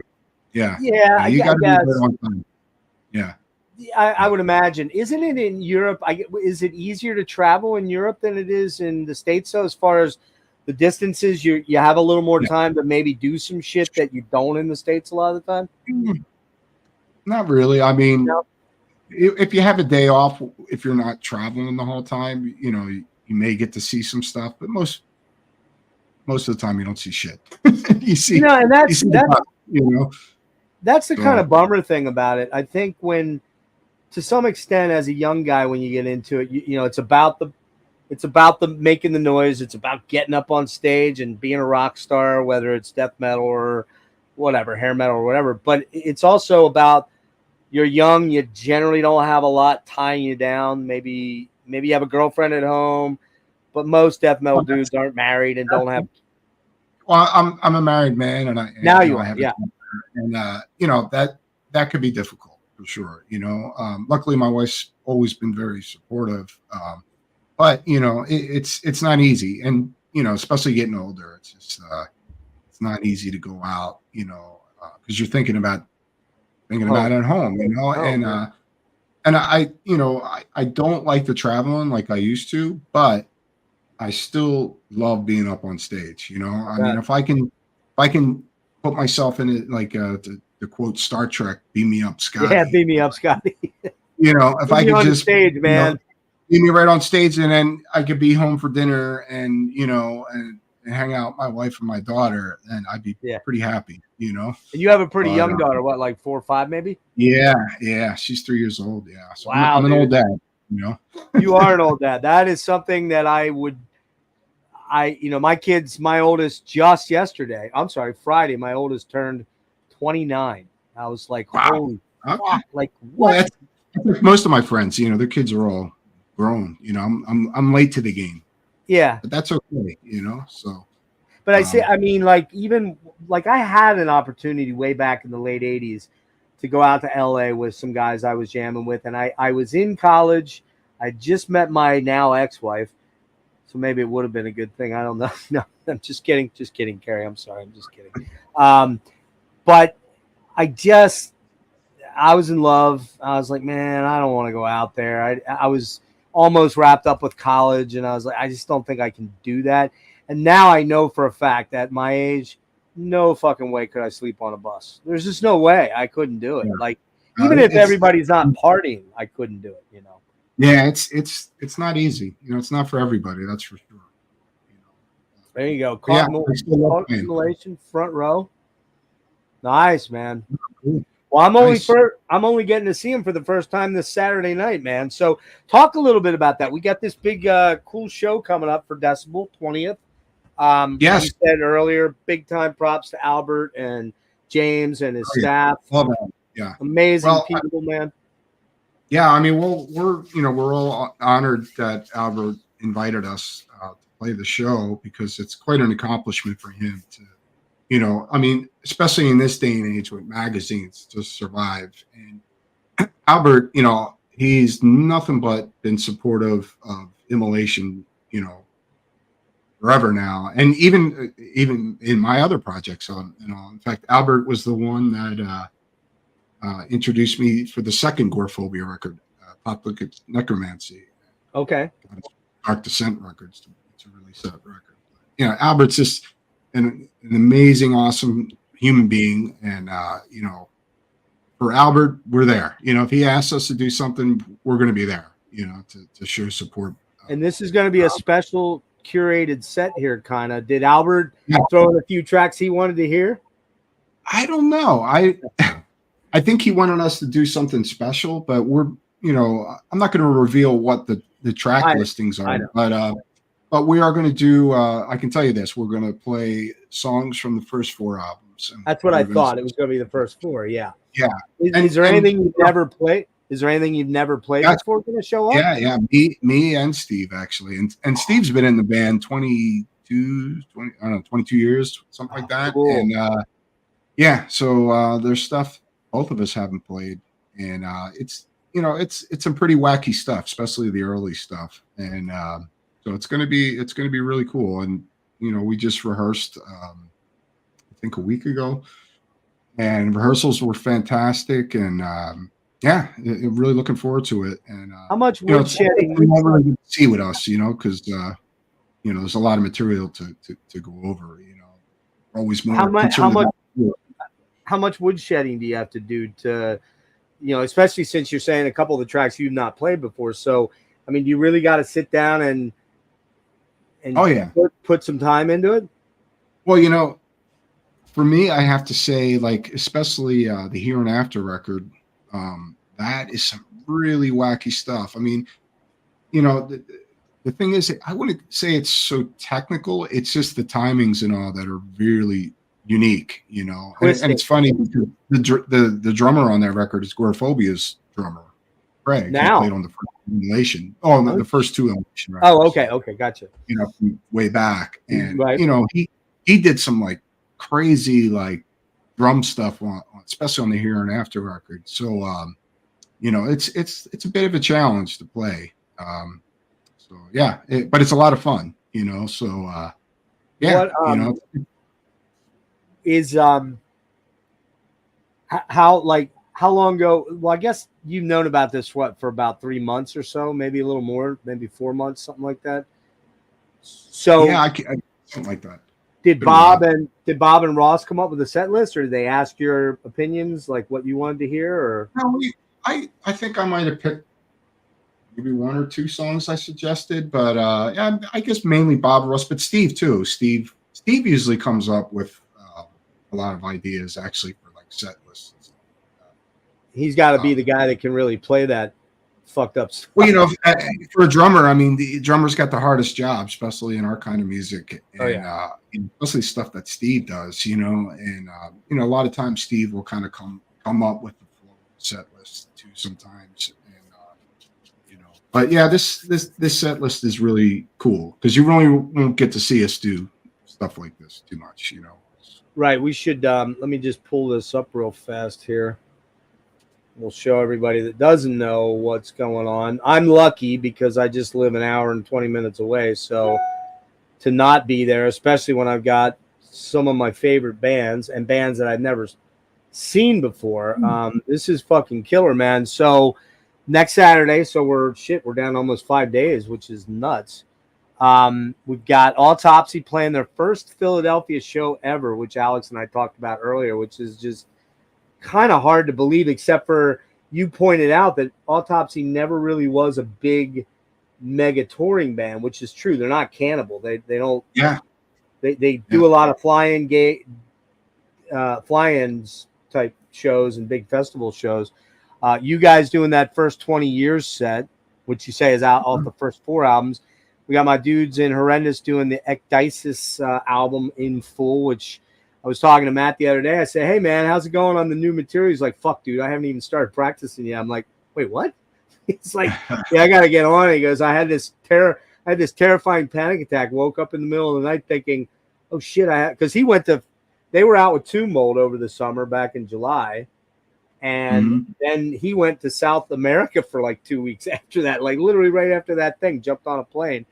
So that's going to be cool. Crip Sermon, if you're a Philly band, Appreciator, man, they're one of the best that's come out. Great Candle. Yeah, they're cool. Yeah. Solitude Eternus. And then Krieg, I know that's Neil Jameson's band, but I don't really know much about. I know Neil a long time, so yeah, it'd be cool to see Neil too as well. But that's going to be a killer show. I don't know if you're doing this, Alex, but there's before the show there is a freaking hold on, I gotta. There's a bowling thing that allegedly the bands are doing with the fans that bought the ticket, which I was a nerd and was like, I'm going to be one of those fangirl dudes. I'm going to fucking buy a ticket, even though I know all these guys. I mean, with the exception of you guys, I kind of know somebody in every band, a little bit. And I know Albert too. So, and James, but yeah, I mean, that's going to be a killer show, man. Now, what else do you guys have coming up? Are you guys working on new material, or where are you at in the timeline? We're working on new stuff now, but 3 weeks after this show coming up, we go out to Europe with Cannibal Corpse and Municipal Waste, and opening band is Schizophrenia. Yeah, Schizophrenia. Okay. So that's going to be an amazing tour. It's going to be really with good. Cannibal. Yeah, that's going to be a big one. Yeah. Holy shit. Yeah. So what size venues? What size venues? I think they're around 3,500. The average capacity venues. So. And how long is that for? It's sold out already, so it's going to be really good. How long is the duration? 4 weeks. 4 weeks. Yeah. So yeah, we're looking. Now, are all the other guys married too? They have kids too, or?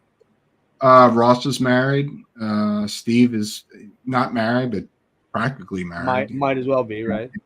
His girlfriend is also a drummer. She toured with us on when we toured with Obituary. Her band is called Castrator. So they're both drummers, which is cool, Wow, so nice. Jam together and do all kinds of cool stuff.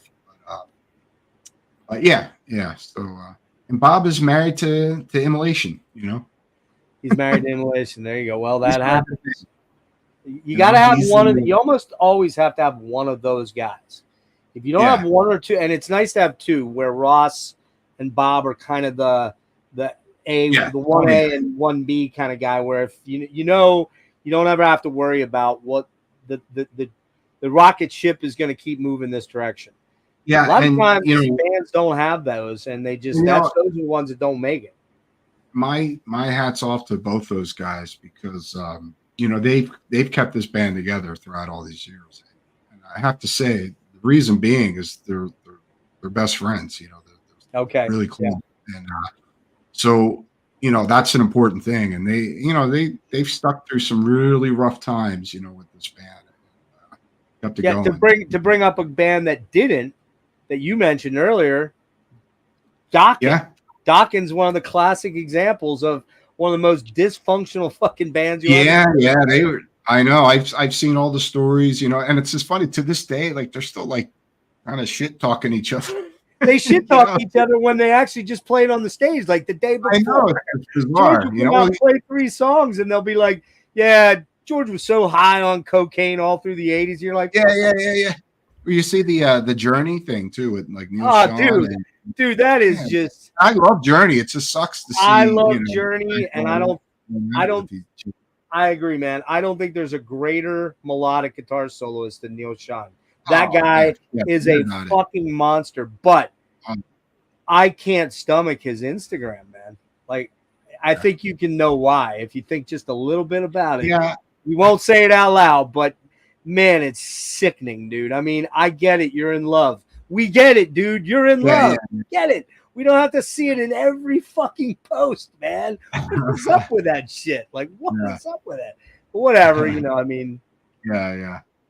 Yeah, but it sucks to see these guys. Like I just saw. I thought they were over with the stuff. I thought they were over it too, but now they've got a mediator. They got a mediator. Can you imagine? A funny, quick story. 2 Christmases ago, all that stuff erupted about Neil, and Neil suing Jonathan, and Jonathan suing Neil, and Jonathan saying, and I believe this part about Neil's buying $1 million cars and $1 million this and $1 million, and I believe that part a lot. Being frivolous with the company credit card to the tune of $2 million. How the fuck does that happen, right? But the funniest part was that then Sean comes back at Kane about the religious stuff and the Trump stuff and his wife and the nutty weirdness. So I happened that day, there was something that was posted. This is 2 Christmases ago. It's a year and a half. Sean posted something about this big tour, or no, it was the new album that they put out.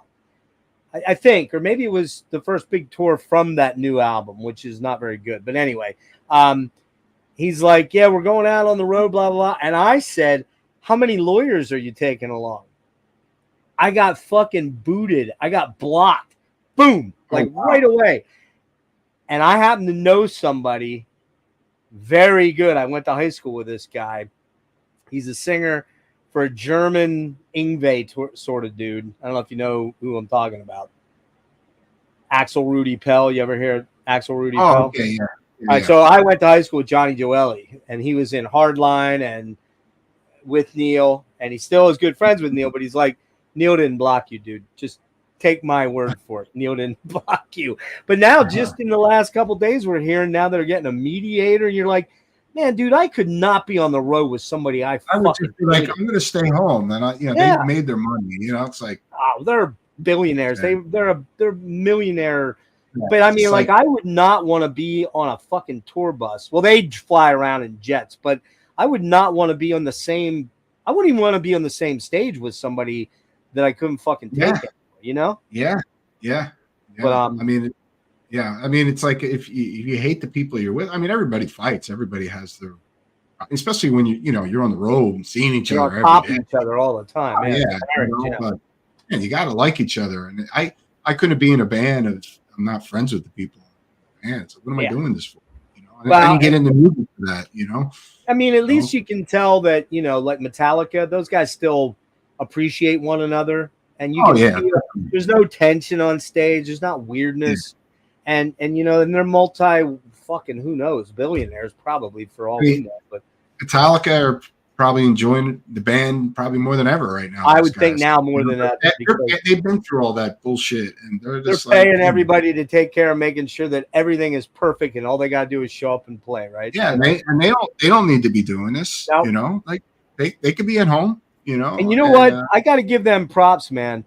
They're pretty cool to their fans. I know Steph Shirazi. Steph Shirazi works for them. He's a good friend of mine's. He used to write for Kerrang. You know who that is. And those guys, it's legit, man. They do come out and talk to their fans. They don't, and they would never have to do that ever for anyone. They do the. I just saw they donated $40,000 to some thing. Charity, I saw that too. I'm still the biggest Metallica fan. So, I mean, I don't like their music anymore. I'm not gonna lie. I'm just not into it. I like the new stuff. Yeah, I'm one of the, odd guys that like the newer stuff, especially the last couple records. The 90s stuff wasn't my thing. A couple songs here and there. Yeah, I dipped out literally right after the Black Album, which admittedly is not as bad as album as everybody wants you to think it is. But I mean, I got to see them, like I said, open for Ozzy. Then I got to see them the Cult open for them. Oh. Love the Cult, man. Oh, I love the Cult too, man. Man, Ian Astbury, man. That Love album is a fucking. Shit. Number one record for me. I love all the other stuff too, but that album too. The first album, Dreamtime, killer, yeah. Billy, man, his guitar, that Gretsch, that White Falcon on that Love album is just you melt into that shit. It's so good, right? One of my favorite guitar players. He was big influence on me. But here's the funny one, and maybe you'll remember this. You would have been, 5-7 years younger than me, but do you remember the Monsters of Rock tour from 1988? Yeah. It was fucking Metallica, Scorpions, Van Halen, Dokken, right? Kingdom Come, right? It was Van Hagar. Yeah, Van Hagar. It was Van Hagar, the Scorpions, who wasted everybody else. Dokken, Metallica was second on the bill because they hadn't yet released and Justice. from- They played one song. They played Harvester of Sorrow and told everybody. And I knew who they were, but I was just like, whatever. I was drunk on Jack Daniels, so I had no idea what was going on the whole day. But and Kingdom Come. Do you remember that band with Lenny Wolf? Yeah.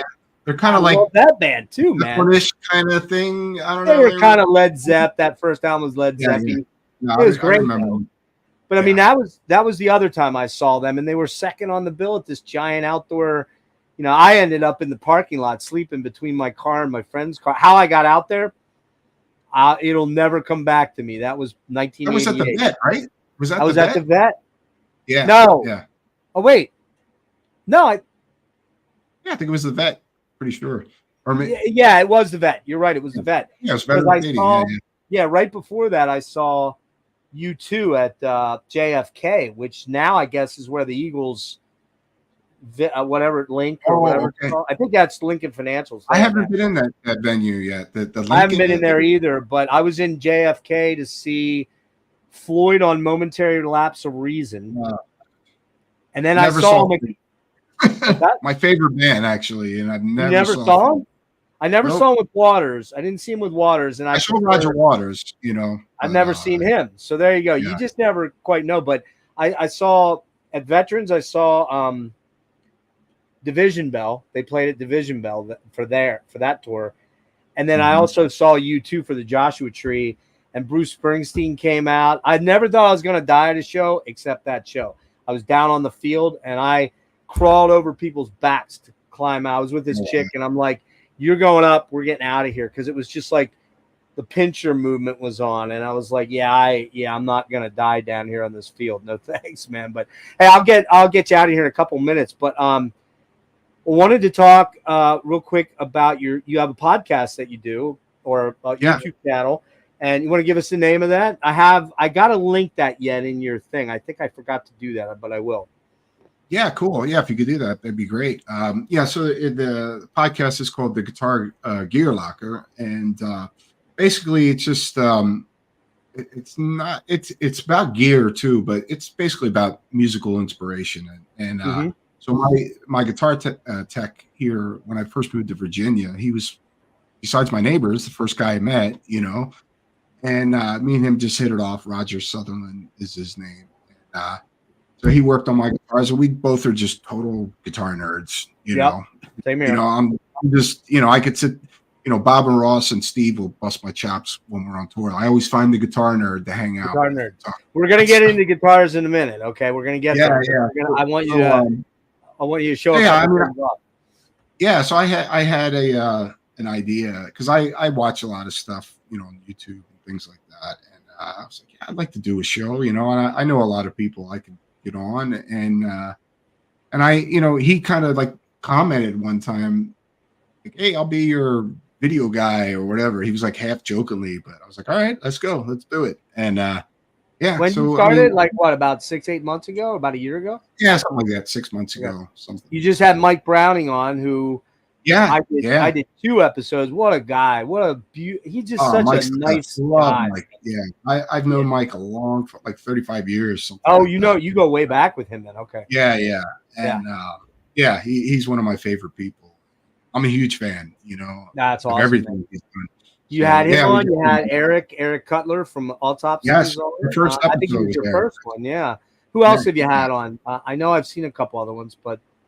I've had like Jeremy from Broken Hope. I've had Sammy from Goat Whore, Spencer from Full of Hell, Jeremy from Sanhedrin. Nice. I don't know. I top of my head. I had my neighbor who's been a friend of mine for 35 years, Mike Smith from Deceased. Oh, yeah. Yeah.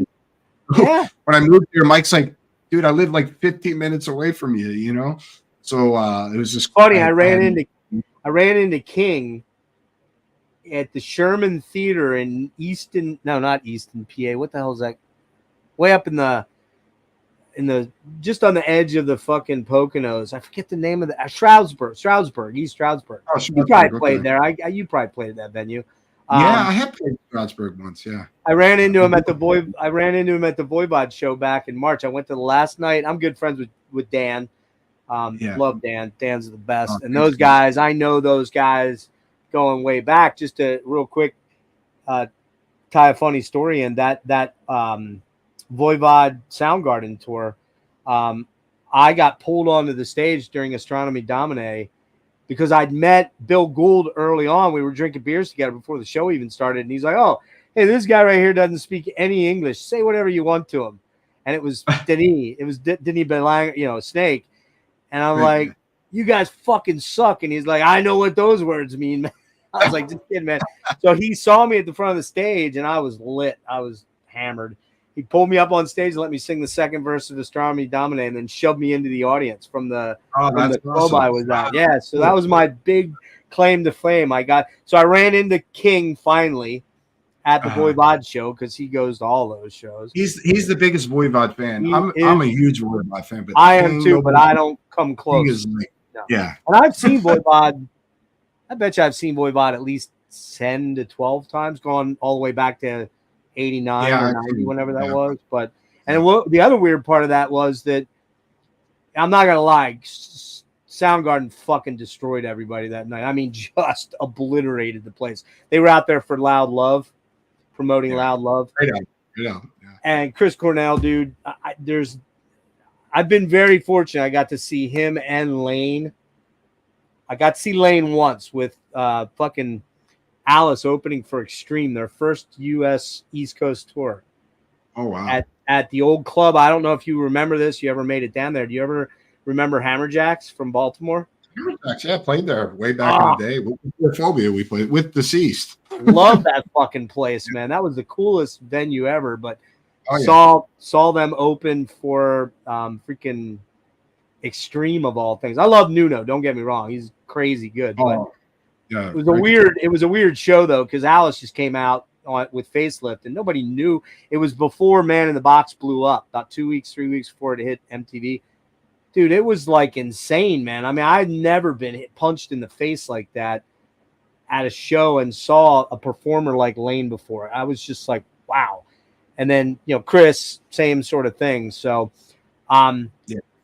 let's talk some gear a little bit, and then I'll get you out of here. Are you a signature guy with Jackson or ESP? I'm not sure. I'm asking. ESP. I'm with ESP. I used to be with Jackson years ago, but ESP.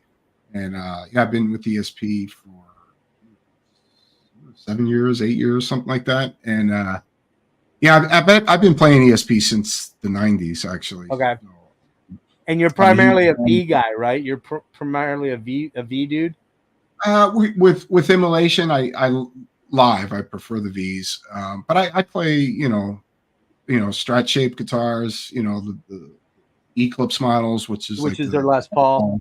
Guitars. What do you got there? You can show off. You want to show anything off quick? You can grab fast. There's a bunch of them, but grab your favorite too.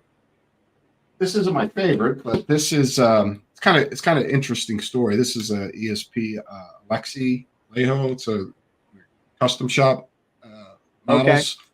Okay. And this guitar originally belonged to the guitarist of I don't know if you're familiar, the new wave British heavy metal band Tank. Oh yeah, but yeah. Guitar, actually. Wow. But but there you go. There's one story, but do you primarily play the V's in the studio then, or is it mostly live? Live, but I play them in the studio too. The Axe of God record, actually that guitar, I did one of the solos, and one of my other ESPs, I did the rest of the solos on. And we were talking about Creator earlier. So. You got a Millie? This is like a prototype, I believe. This was oh, nice. His signature guitar, and I used most backwards headstock in there, yeah. And rhythms, I used all the rhythm guitars. I used this one right here. This is Super Strat. Oh man, that's pretty. EMGs? No, I use Fishman. Oh, you use Fishman. So active or passive? They're passive, but I'm not the best guy to go about the technology behind the Fishman pickups. But long story short, years ago I was, about to do a tour in Europe. So ESP sent me 2 guitars to keep over there, so I don't have to keep, Right. Yeah. flying back and forth all the time. Carrying, right. Mm-hmm. And it was actually the Millie signature guitars, and it had Fishman pickups. And for a while, I kind of wanted, EMGs. I had this after a while, as a guitar player, things change over the years. Sure. Your tone pacing and You stuff. like some different tonalities. You want to search out some different stuff. And I wanted a pickup that was diverse, like a passive pickup. Had the clarity of a passive pickup, but also, the hotness of a active pickup. Of an active pickup, yeah. Mm-hmm. Yeah. So I was at sound check, just got the guitars, plug in, and our sound guy was just like, "What the hell, man? And that sounds so damn good," And I just fell in love with the pickups, Which model are they? The Fluence, or which ones are they? Most of the guitars I had the modern Fluence, but I do have, like, this guitar is the Classics, which is based on more like a vintage PAF with a hot-headed PAF, because you get multiple versions. These are classic. That's not a Floyd, right? I can't. Or is it? No, that's fixed bridge. Okay. But, I don't know. I think different guitars have different songs in them. You play differently. They have different. Every guitar is different, And, that's how I used to justify buying more guitars to my ex-wife. I'd be like, "Honey, but they're kind of like women, They look different. They smell different. They have this different. Sure. They exude a different energy." And she'd be like, "So why do you need more? Why do you need more women, first of all, and why do you need more guitars like more women?" And I'm like, "Oh, you have a point there." So well, they give you a headache as well too sometimes, Yeah. And then the best part. I'm a total nerd, It's like Bob is not, Well, Bob is, he's into guitars, but he's not. He doesn't need a bunch. Yeah, he's got a decent collection too, But I'm usually the one who, like, he asks me for stuff like, "Well, what do you think about this and getting this?" And I'm like, I'll kind of, give him like good suggestions or whatever. Yeah, you're the guitar whisperer nerd sort of kind of thing. Yeah. And I always, like I said, I always find the guys on tour to hang out with, and so we'll definitely be talking some guitar. You gotta do you know Steve Jansen from Crip Sermon, the guitarist? No, I don't know the guys from the band. I'll definitely introduce you, man. He's a mega nerd guitar player, dude, too. So, cool, like, man. Matt's not that. Matt and Damien's using an old Schecter Hellraiser. Matt's using an old beat up SG, and I think he has one LTD that he uses. But hey, whatever works, man. Whatever works and what you're comfortable with. Yeah. I mean, that's my main one right now. What's that, Dean? Yeah, right? Dean Cadillac. Oh, okay, cool. I just love that body shape. A lot of people hate it. I just think it's kind of the coolest mix of Les Paul with an Explorer. Yeah, maybe, it's just got that. What, Rob from Cannibal Corpse, he used to play the Cadillac a lot. Yeah, and the other Explorer. Main guy that you'd think of would be Eric from Testament. Eric. Yeah, that's right. Yeah. I just love them now. It's my first guitar that I've had with a Floyd on it in forever. I'm still working my way around that because I was not using. My very first electric was, and God, I would give anything. You know how that goes. You've heard stories like this. You probably have them yourself. My very first electric that I bought in 1985 was a candy apple red, the Edge style Explorer with a white pickguard on it. Oh, nice. But this is the coolest part. It had DiMarzio band. What are they called? Bandits? I think they were called Bandits. Double, humbuckers. But it was the very first year the Kahler trem system came out. It had a Kahler trem arm on it. That, dude, Alex, I could stick a medium pick underneath there and shake the guitar, and the action was that insane. And you could go up. You could, because you could do both. You could pull all the way back with those things. You could beat the shit out of that thing, and it would still stay in tune. And I sold it to make rent couple years later when I was living with some dudes, and man, I would give anything to find that guitar again. It was just magical, you know what I mean? And so, but now I've got that. I've got a PRS Custom 22. I'm a PRS guy. I've always loved them. I got a Cantrell Les Paul, but I bought the Epiphone. Nice. I did not go for the $8,000 Les Paul. No way. Yeah, I love it. I love it. Yeah, don't get me started on Gibson's overpriced. It's fucking ridiculous, dude. I mean, Ridiculous. You know, I don't mean to bag on Gibson, but you know, iconic guitars, and I own a few Gibsons too, but out of control, stupid. Man, it's just there's no reason for it. You know, like Roger, who does the show with me, and he has that's what he does. He has his own shop, and right.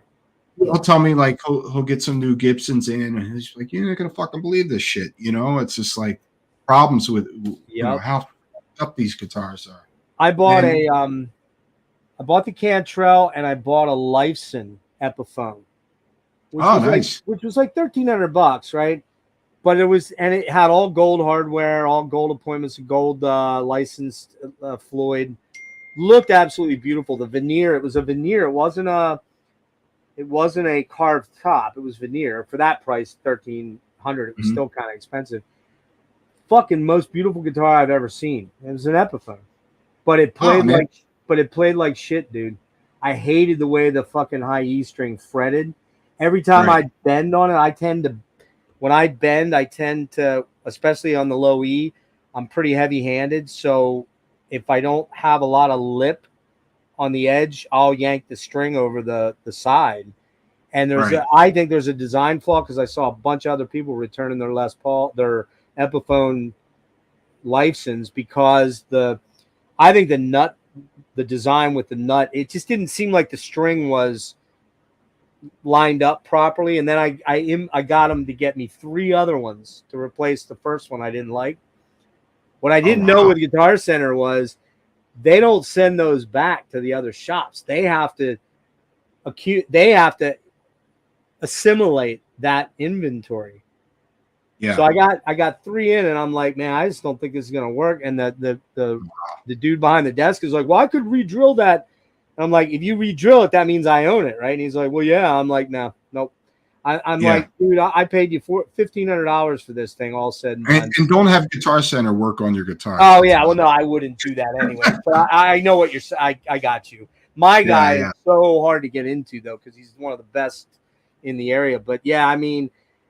But I did buy them there because it's one of the cheaper places to find this stuff. And I ended up the 4th one. I'm like, guys, I hate to do this to you, but I'm done. I want my money back. I just can't. Yeah, that sucks, man. And that's never happened to me ever before. So kind of weird. Well, with cheaper guitars, though, you get some guitars that are just like I have some LTDs. You know, I mean, I wouldn't call them like entirely cheap. You know, they're still $1,000-something, but they just extremely well made, you know, and so you know sometimes cheap guitar can be better than the $6,000 guitar. Well, you know, that one is the Indonesian model. I looked at the U.S. model; it was $3,700. I'm like, I'm not making money doing this. I'm doing this shit. And how's that guitar? How's that? I love it. I love it, man. I fucking love it. It plays so good. And it's just weird how that you can buy, like I said, you could buy 4 or 5 of the same guitars, and every single one of them might feel a little different and play a little different and have different characteristics and tonalities that you might really connect with one. Sure. And you might hate the other ones, or you might be like, I'm good on that, you know. Yeah, I'm bringing out LTDs for the show on Saturday. You know, there's fantastic guitars. What are your tunings? Can you give that secret away? What do you guys play generally? So most of the bands I'm in are C standard, like Shadows. We haven't talked about that, which is not even death metal, which is more. I listened to. I could only find 2 tracks. I finally found I did find the Bandcamp right before I had to get ready to come on. So it's kind of. Let's see. They're all kind of death rock. It's kind of death rocky in a weird way, sort of. Yeah. Well, now we have a new singer, so we've been working on a new record, and he's more like Jeff Tate. So it's really So now it's going prog metal sort of vibes. Yeah, I mean, kind of doomy, you know, but I don't know, dark, heavy metal, you know, but with kind of Jeff Tate type vocals. You know? That might be interesting because that's not what the first guy sounds like. He doesn't sound like that. No, he's no.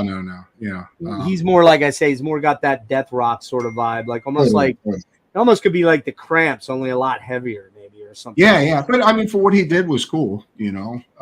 But yeah, we're on C standard, all except for Ruinous, which is in A standard. It's down to A. And what do you have to do for that? Like, I know you get heavier strings. What gauge strings do you typically run? 1356. Man, that's a thick low E, man. I've been playing them so long. Like if I play a thinner string, it just feels too weird. Like I'm tuning the E. I got tens. You know, I got like a Fender Strat back there. Okay. And I know they're 10 something. I don't know. What do you do for?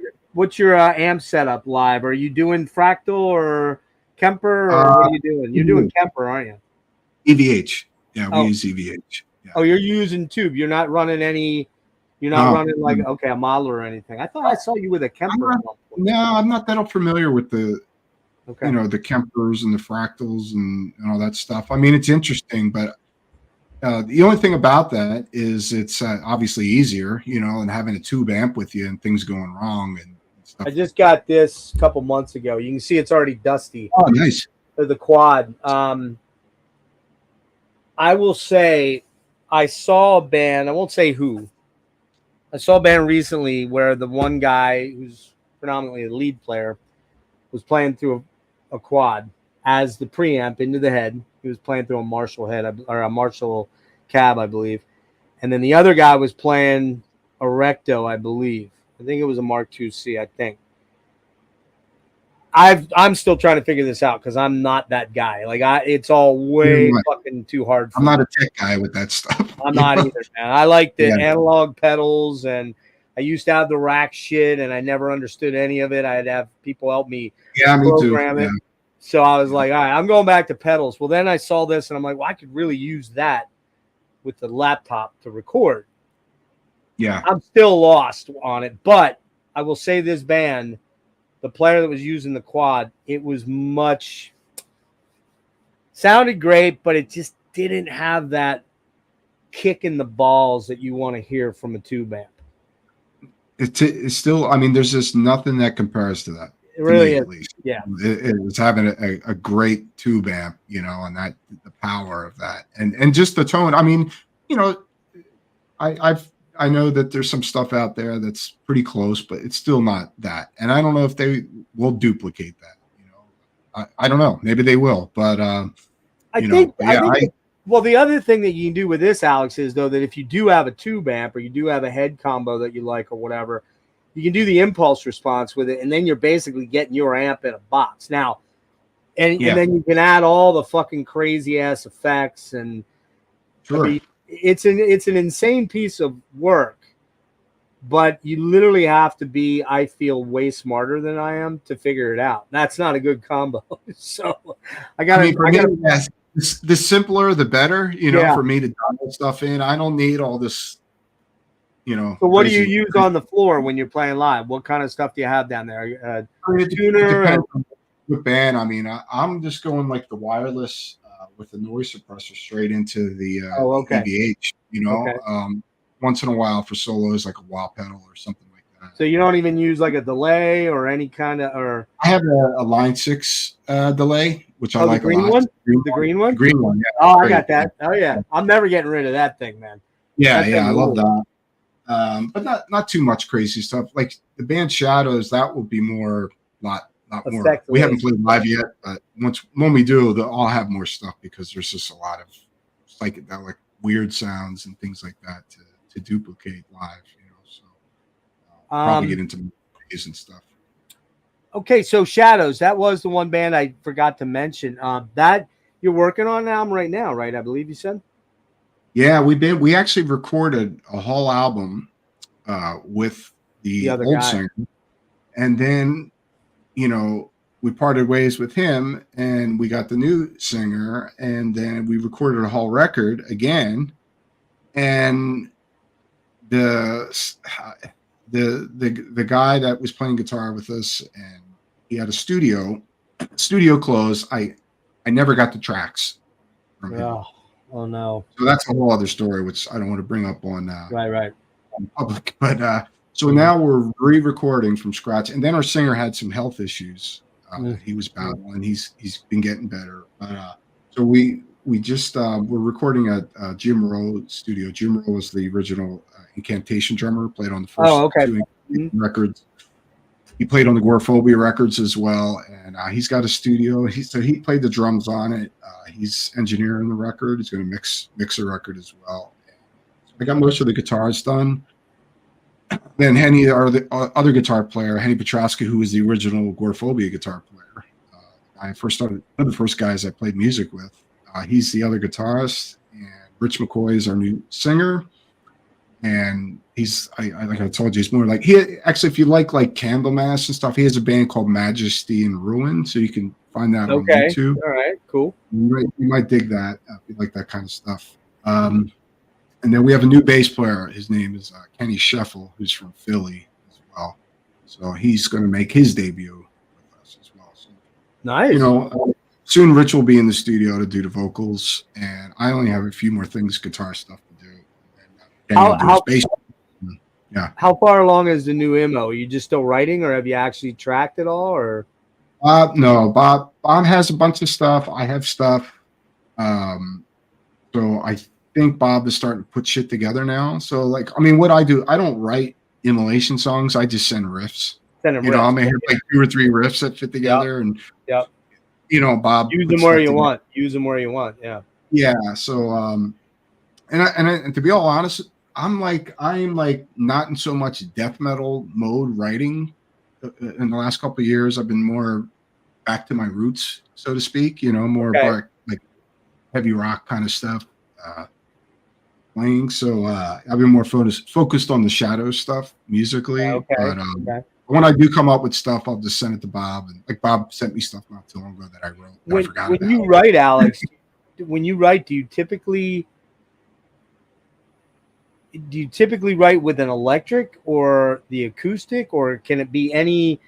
I imagine you have some sort of a setup there at home, right? Yeah, both. I mean, for the most part, I could be acoustically just sitting there, just coming up with riffs, and then, I literally that's my main axe is my acoustic. I don't think you can see it back there. You can't. But I spend. There you go. I think. Can you see it here? Oh, okay. Hold on.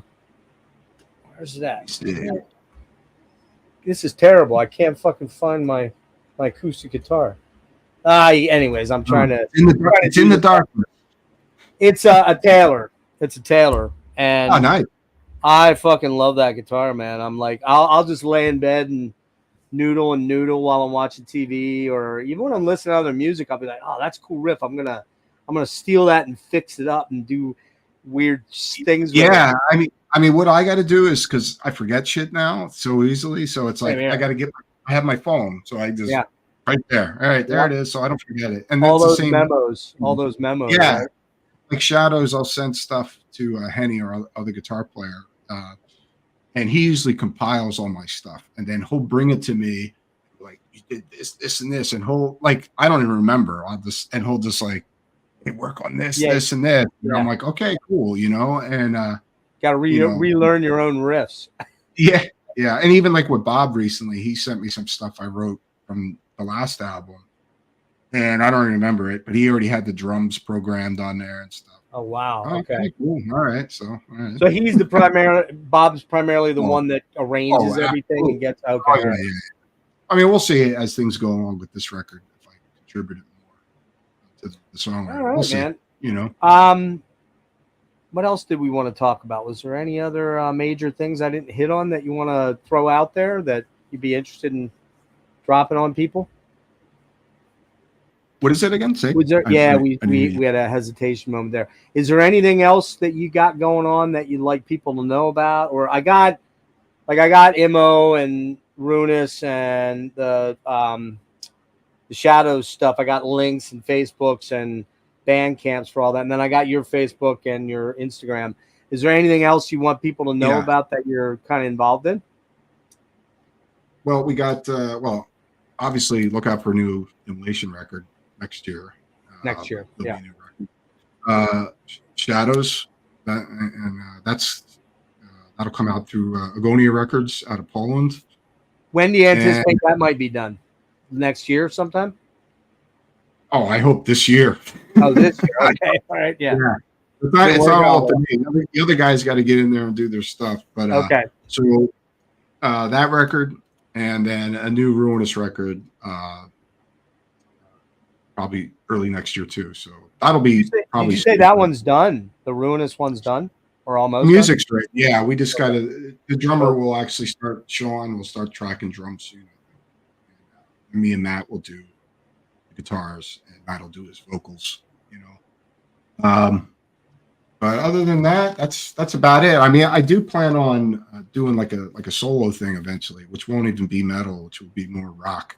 Okay. So I've got tons of stuff written, and it's, I need to step away from it. You know how that goes, man. You always you tend to always write with the influences that you're most or foremost. So like every one of my songs ends up sounding like Alex Lifeson. I don't know how that happens, or Rick Emmett, or Frank. Rick Emmett. Oh man, love Triumph. Oh God, I love Rick, man. Yeah. Rick's the bomb, man. Whenever I want to try to hate myself a little bit, I try to learn one of his acoustic pieces. Well, I think you mentioned Yes to me earlier, and it's just like massive. Like Steve Howe, it's just like, man, that guy pisses me off. Me too. Or Jeff Beck. Like I went to see Jeff Beck before he passed in 2019.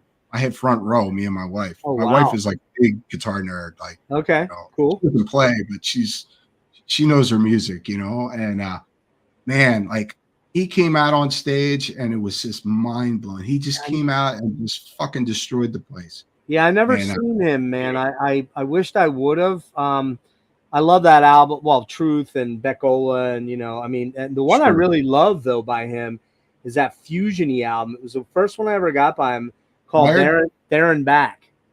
Oh, There and Back. Okay. Simon Phillips is on it. Simon Phillips, fucking great. Leland Sklar, I think, is playing bass on it. I think. It's funny. Speaking of Simon Phillips, it was not too long ago. Somebody was talking about, mention him, and I said, he plays drums on Sin After Sin. He does. He was the hired-in drummer for that, man. Can you imagine? He was a young guy back then too. Mm-hmm. He was super young. Man, his Protocol. You ever hear Protocol? No, I've heard that. Oh, dude. I think there's 4 albums called Protocol is the name of the band. I forget who else is in that. I want to say, oh shit, I can't remember, but it's very. I'd say it's kind of like not Racer X. What was it? Planet X. Is it called Planet X with Tony McAlpine and Shrinian? It's kind of like that. A little less metal though. It's a little more fusion-y, more proggy kind of thing. Yeah, proggy fusion.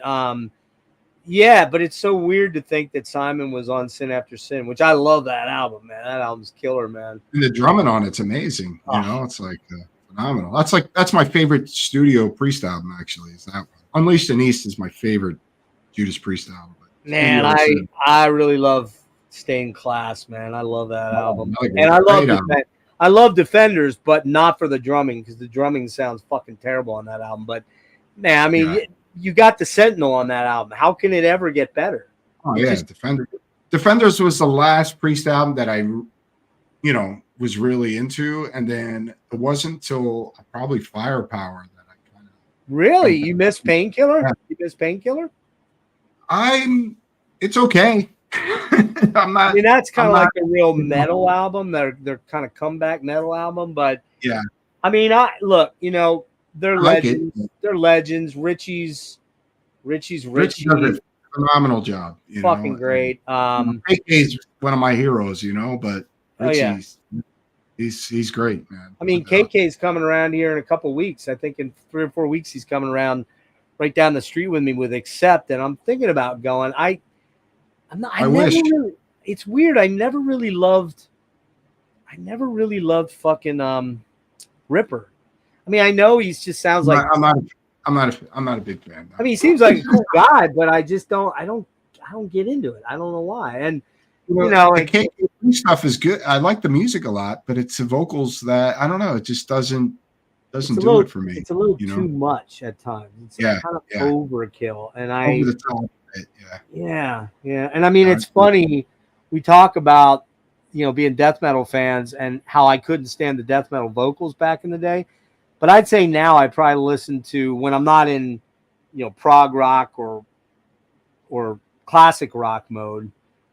I'm almost always more into harsh vocals than I am into the, like I used to love Jeff Tate and fucking bands like, Sanctuary with Warrell Dane, man, unreal, Nevermore, but I don't get as into the high screamy vocals as I used to be into. I mean, there's still bands. I mean, you probably can't see it back there, but can you see that poster or flag? No, I can see Blackness.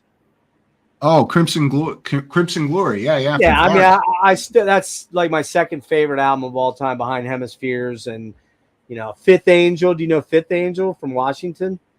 Yeah. I remember Kenny Mary plays with them, and Kenny's in Flotsam now. Their first album, the debut Fifth Angel album, dude, if you never checked it out, go check it out. It's fucking killer, man. The new guy singing for Queensryche, did he play drums for Crimson Glory or something? Well, no, he sang. Oh, he sang. Okay. He sang when Drenning, Jeff Lord, the bass player, and Dana was the original drummer. They brought them back after that because they put out the first album obviously is a classic, and then Transcendence is just god tier shit. I mean, that's a god tier album for me. But then they came out with an album called Strange and Beautiful, and they kicked out Ben Jackson and they kicked out Dana, the bassist and guitar player, and they did this kind of like weird quasi fucking Bon Jovi meets world music, but still has kind of metal in it, but kind of, Midnight wasn't doing Midnight anymore. And then Midnight went off and unfortunately got very ill and died. And then they did a fourth album called, and it's got the Pyramid on it.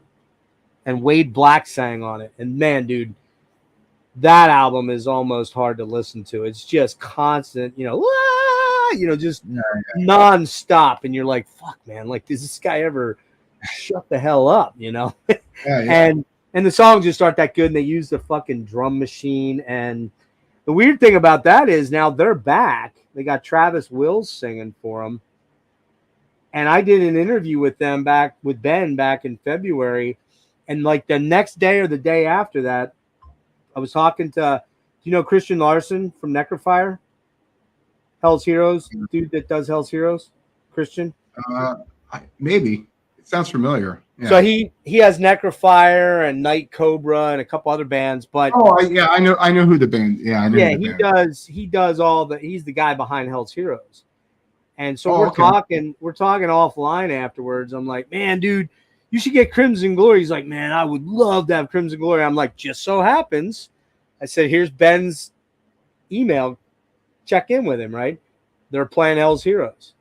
So weirdly, I talked to Ben. I'm like, dude, did I help you get that gig? He's like, dude, you got us the gig.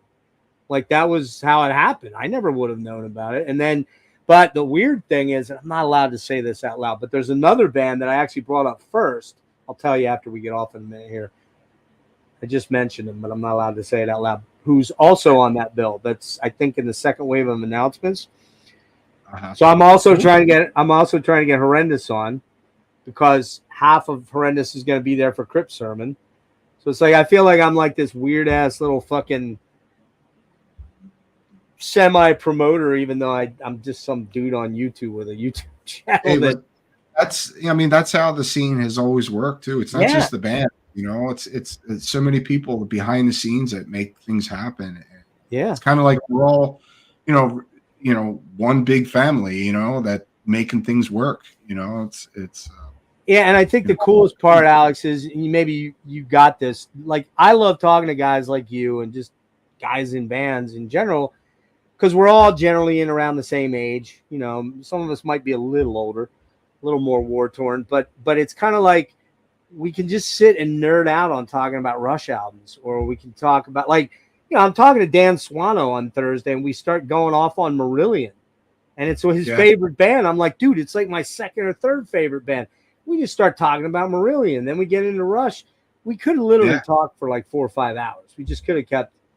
It's like running into your friends at a bar where you're having not you, but where you're having a drink or two. Yeah, I mean, that's the power of music, man. It's and it's funny because about heavy metal, and it's more geared on the dark side of things, but it's such a unifying force, dude.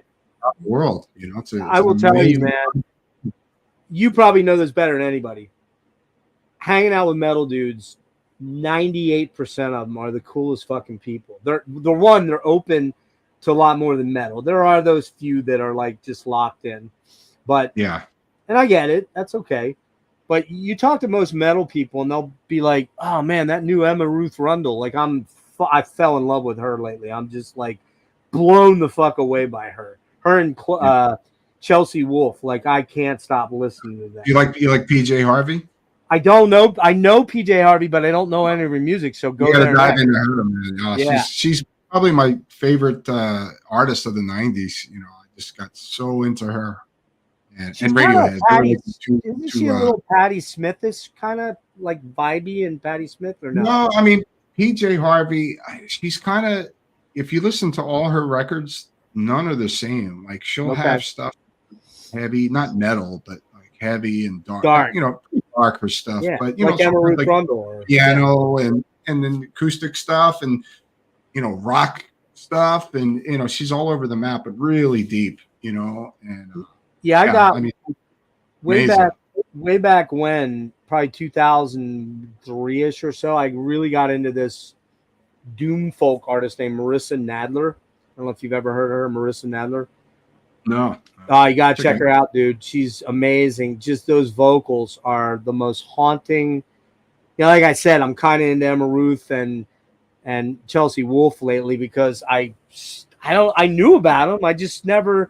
You can't listen to everything, man. As much as you'd love to, it's impossible to get every death metal band or every prog metal band or every prog band. You just can't do it. And it's like, that's why it's so cool to meet up with guys like you or any of my other guests who, I don't want to say every single one of them, but 95% of them are all music nerds like I am.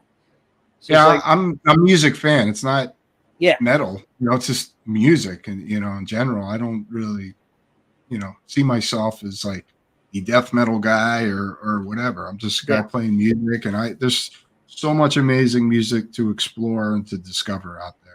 Now more than ever, in a lot of ways. I mean, not all of it's good, but I mean, if you can always find great music to move whatever mood you're in. You can always find something that is moving, and absolutely. Well, listen, man, I want to thank you for all this time tonight, dude. It's been super cool getting to meet you tonight. I hope I'll see you in 5 or 6 days. Well, what is it? Where are we at? Is today Monday or Tuesday? Monday. Today is not Monday yet. Or no, it is Monday. Yeah, so we got 5 days. We got 5 days till the show. Yeah, I'll see you on Saturday. Yeah, we'll catch up there for sure. You had some friends, I think, that popped in here, man. You had Nolan. Do you know Nolan? He said, Alex, you got me to check out Solitude. I'm guessing Solitude from Candlemass, probably. Solitude, the band from Delaware. I remember those guys. Or In Solitude, maybe from Sweden. Right. Or Solitude, the song from Candlemass. It's somebody I know that's got a different name on there. I don't know. He's asking if we heard of B52 amps. No, I've never heard of it. No, I don't. Doesn't ring a bell. Patrick says, saw Immo last year. Amazing. Love the new record. One of their best. What's the worst death metal band you've heard? You probably don't want to. I'll say it out loud. I'm going to just say it. We'll let you do that. I do not like fucking the Tish. I'm not a Tish fan, okay? Who? Mortician. I'm just not a fan. Mortician. Okay. I mean, their songs are 80% sound samples and a little bit of and that's kind of what you hear the whole time. So but I get why they have an important, place to be in there. What else do we have here? Alex, what is your holy grail band you'd love to tour with? Wow. Pink Floyd. Yeah, well, I don't know. Metallica, Iron Maiden, Judas Priest, any of those guys. All the big guns. Yeah. Yeah, even like non-metal stuff, like, well, it would never happen, but Depeche Mode or something, that would be pretty damn cool. Ooh, that would be cool. That would be cool. I'm an 80s dude too, man. I love Tears for Fears and fucking. That's like Bob's favorite band is Depeche Mode. So is it really? Oh, that makes sense. Yeah. I love all that shit from the 80s. The Aha. I love Aha, man. I love that. Like Susie and the Banshees, Sisters of Mercy. I can go on and on and on. I'm going to see Sisters on the 17th down in Baltimore. Oh, wow. It's not really. It's really only Andrew Eldritch at this point. Yeah. And I'm sure they got Dr. Avalanche. They probably still using a more modern form of Dr. Avalanche, the drum brain or whatever they use. Yeah, I love that shit too, dude, man. Fucking Ultravox, one of my favorite bands with John Fox, and then the mid-year stuff is, Christian Death. I love the early Christian Death stuff. The first 2 or 3. I've never really with Roz. Yeah, man. Well, listen, dude, I hope, I apologize if I overtalked. I got a little excited when we were getting no worries, thing. But, thanks for having me on. Anybody come to the show Saturday, anybody that's close by, and, it's going to be a great show and a great celebration of Decibel Magazine. And, so it should be really cool, man. Yeah, I'm stoked. And, I'm glad I got you in here. I didn't want to keep you too much longer, but I did have one question. If you had to reach for one CD right now that is kind of the one you just can't put down, what are you playing? It can't be your own music. Okay, it can't be Immolation stuff. I don't really listen to my own music, so okay, all right, okay. Lately, or just overall? Just the last month or so. What's an album that you've been grooving on that you're like, I can't put this down? Yeah. I think. I mean, I get it because sometimes guys will, like yourself, will say, "Man, dude, when I get away from the road, I don't listen to anything because I just don't want to hear it." I listen to a lot. I'll look at my. Well, I've been listening to the new Nocturnus. And, yes. Merciless from Sweden, their first record, The Awakening. I've listened to that a lot. And Opeth, Blackwater Park. Oh. Yeah. And, did you hear the new song? What do you think of the new song? Did you even hear it yet? I haven't heard it yet. Yeah. And Led Zeppelin, the BBC sessions. I've been listening to that. That's a good one. I don't know. I'm just looking at my phone. We were talking about 80s stuff. Do you remember this band? Oh, yeah. Talk. Yeah. One of my top 5 favorite bands of all time. Mark Hollis, fucking genius, man. I listen to this album all the time. Nice. I don't know if you know it, but I love electronic stuff. It's like Jarre is the man. I listen to a lot of Tangerine Dream. It's like Tangerine Dream, yeah. Cool. So, well, listen, dude. Hang on one sec. I'm gonna dip out here, but I'm gonna thank you very much for all the time you gave me tonight. I hope you enjoyed it. Sure, no problem, man. Yeah, a lot of fun. Give me 1 second here, okay? Again, everybody, I need to add the link for Alex's YouTube channel. I will do that. It's a real quick fix. I can do that. But everything else is there. The Immo website, the Ruinous, Facebook, and Bandcamp, Immo's, all of Immo's stuff is in their Facebook, Instagram, blah, blah, blah. I think I've got Shadows, your Facebook. I think you have a Facebook and a Bandcamp. So I threw We those. got Instagram too. We got it's. Oh, I you do? think it's Okay. Shadows 93. I think it's under. I'll try to remember that. I got to be a little careful because I've got like 12 links already, and before you know it, they get so long that people don't even bother looking at them. But yeah. Oh, okay. I'm sorry, Tim. I keep forgetting, man. Gas masks and hand grenades where music melts your mind. That Tim came up with that saying for me. Which, by the way, while we're at it, if you don't mind, one more minute, Alex, I'm gonna pimp one more thing. I don't have any of these left. I'm down to my last two, which I promised, but I'll get you one at some point. I usually do for all my guests. But this is, again, the T-shirt by Lee G at Heavy Art Talk, my bro. And his very first art piece, I think, that he was commissioned. Nice. Sick. So there's the gas mask and hand grenades, pit creature, the hive mind thing. And then on the back is Tim's saying where music melts your mind. These are all done by Marty over at Heavy Metallurgy. He does all the printing there. So, all right, guys, thank you so much for being here. There will be, this is probably it for this week, although I'm trying to get the horrendous guys on to talk ecdysis by the end of the week. But I will see you, Alex, at on Saturday night, and we'll be doing some live stuff from the thing. Maybe we'll do some live bowling footage. That should be hysterically bad for a bunch of metal dudes bowling. I don't know. I probably can't. I'll probably need the bumpers up for me to bowl, probably, because I haven't bowled in like 30 years. So I can only imagine how nasty that'll be. But anyway, thank you, everybody that was here. Alex, we had 20 people at one point. Cool. Which for a weeknight and very quickly thrown together is really, really good. So everybody, thanks for being here. Hang on one sec, Alex. Peace out, everybody. Cheers.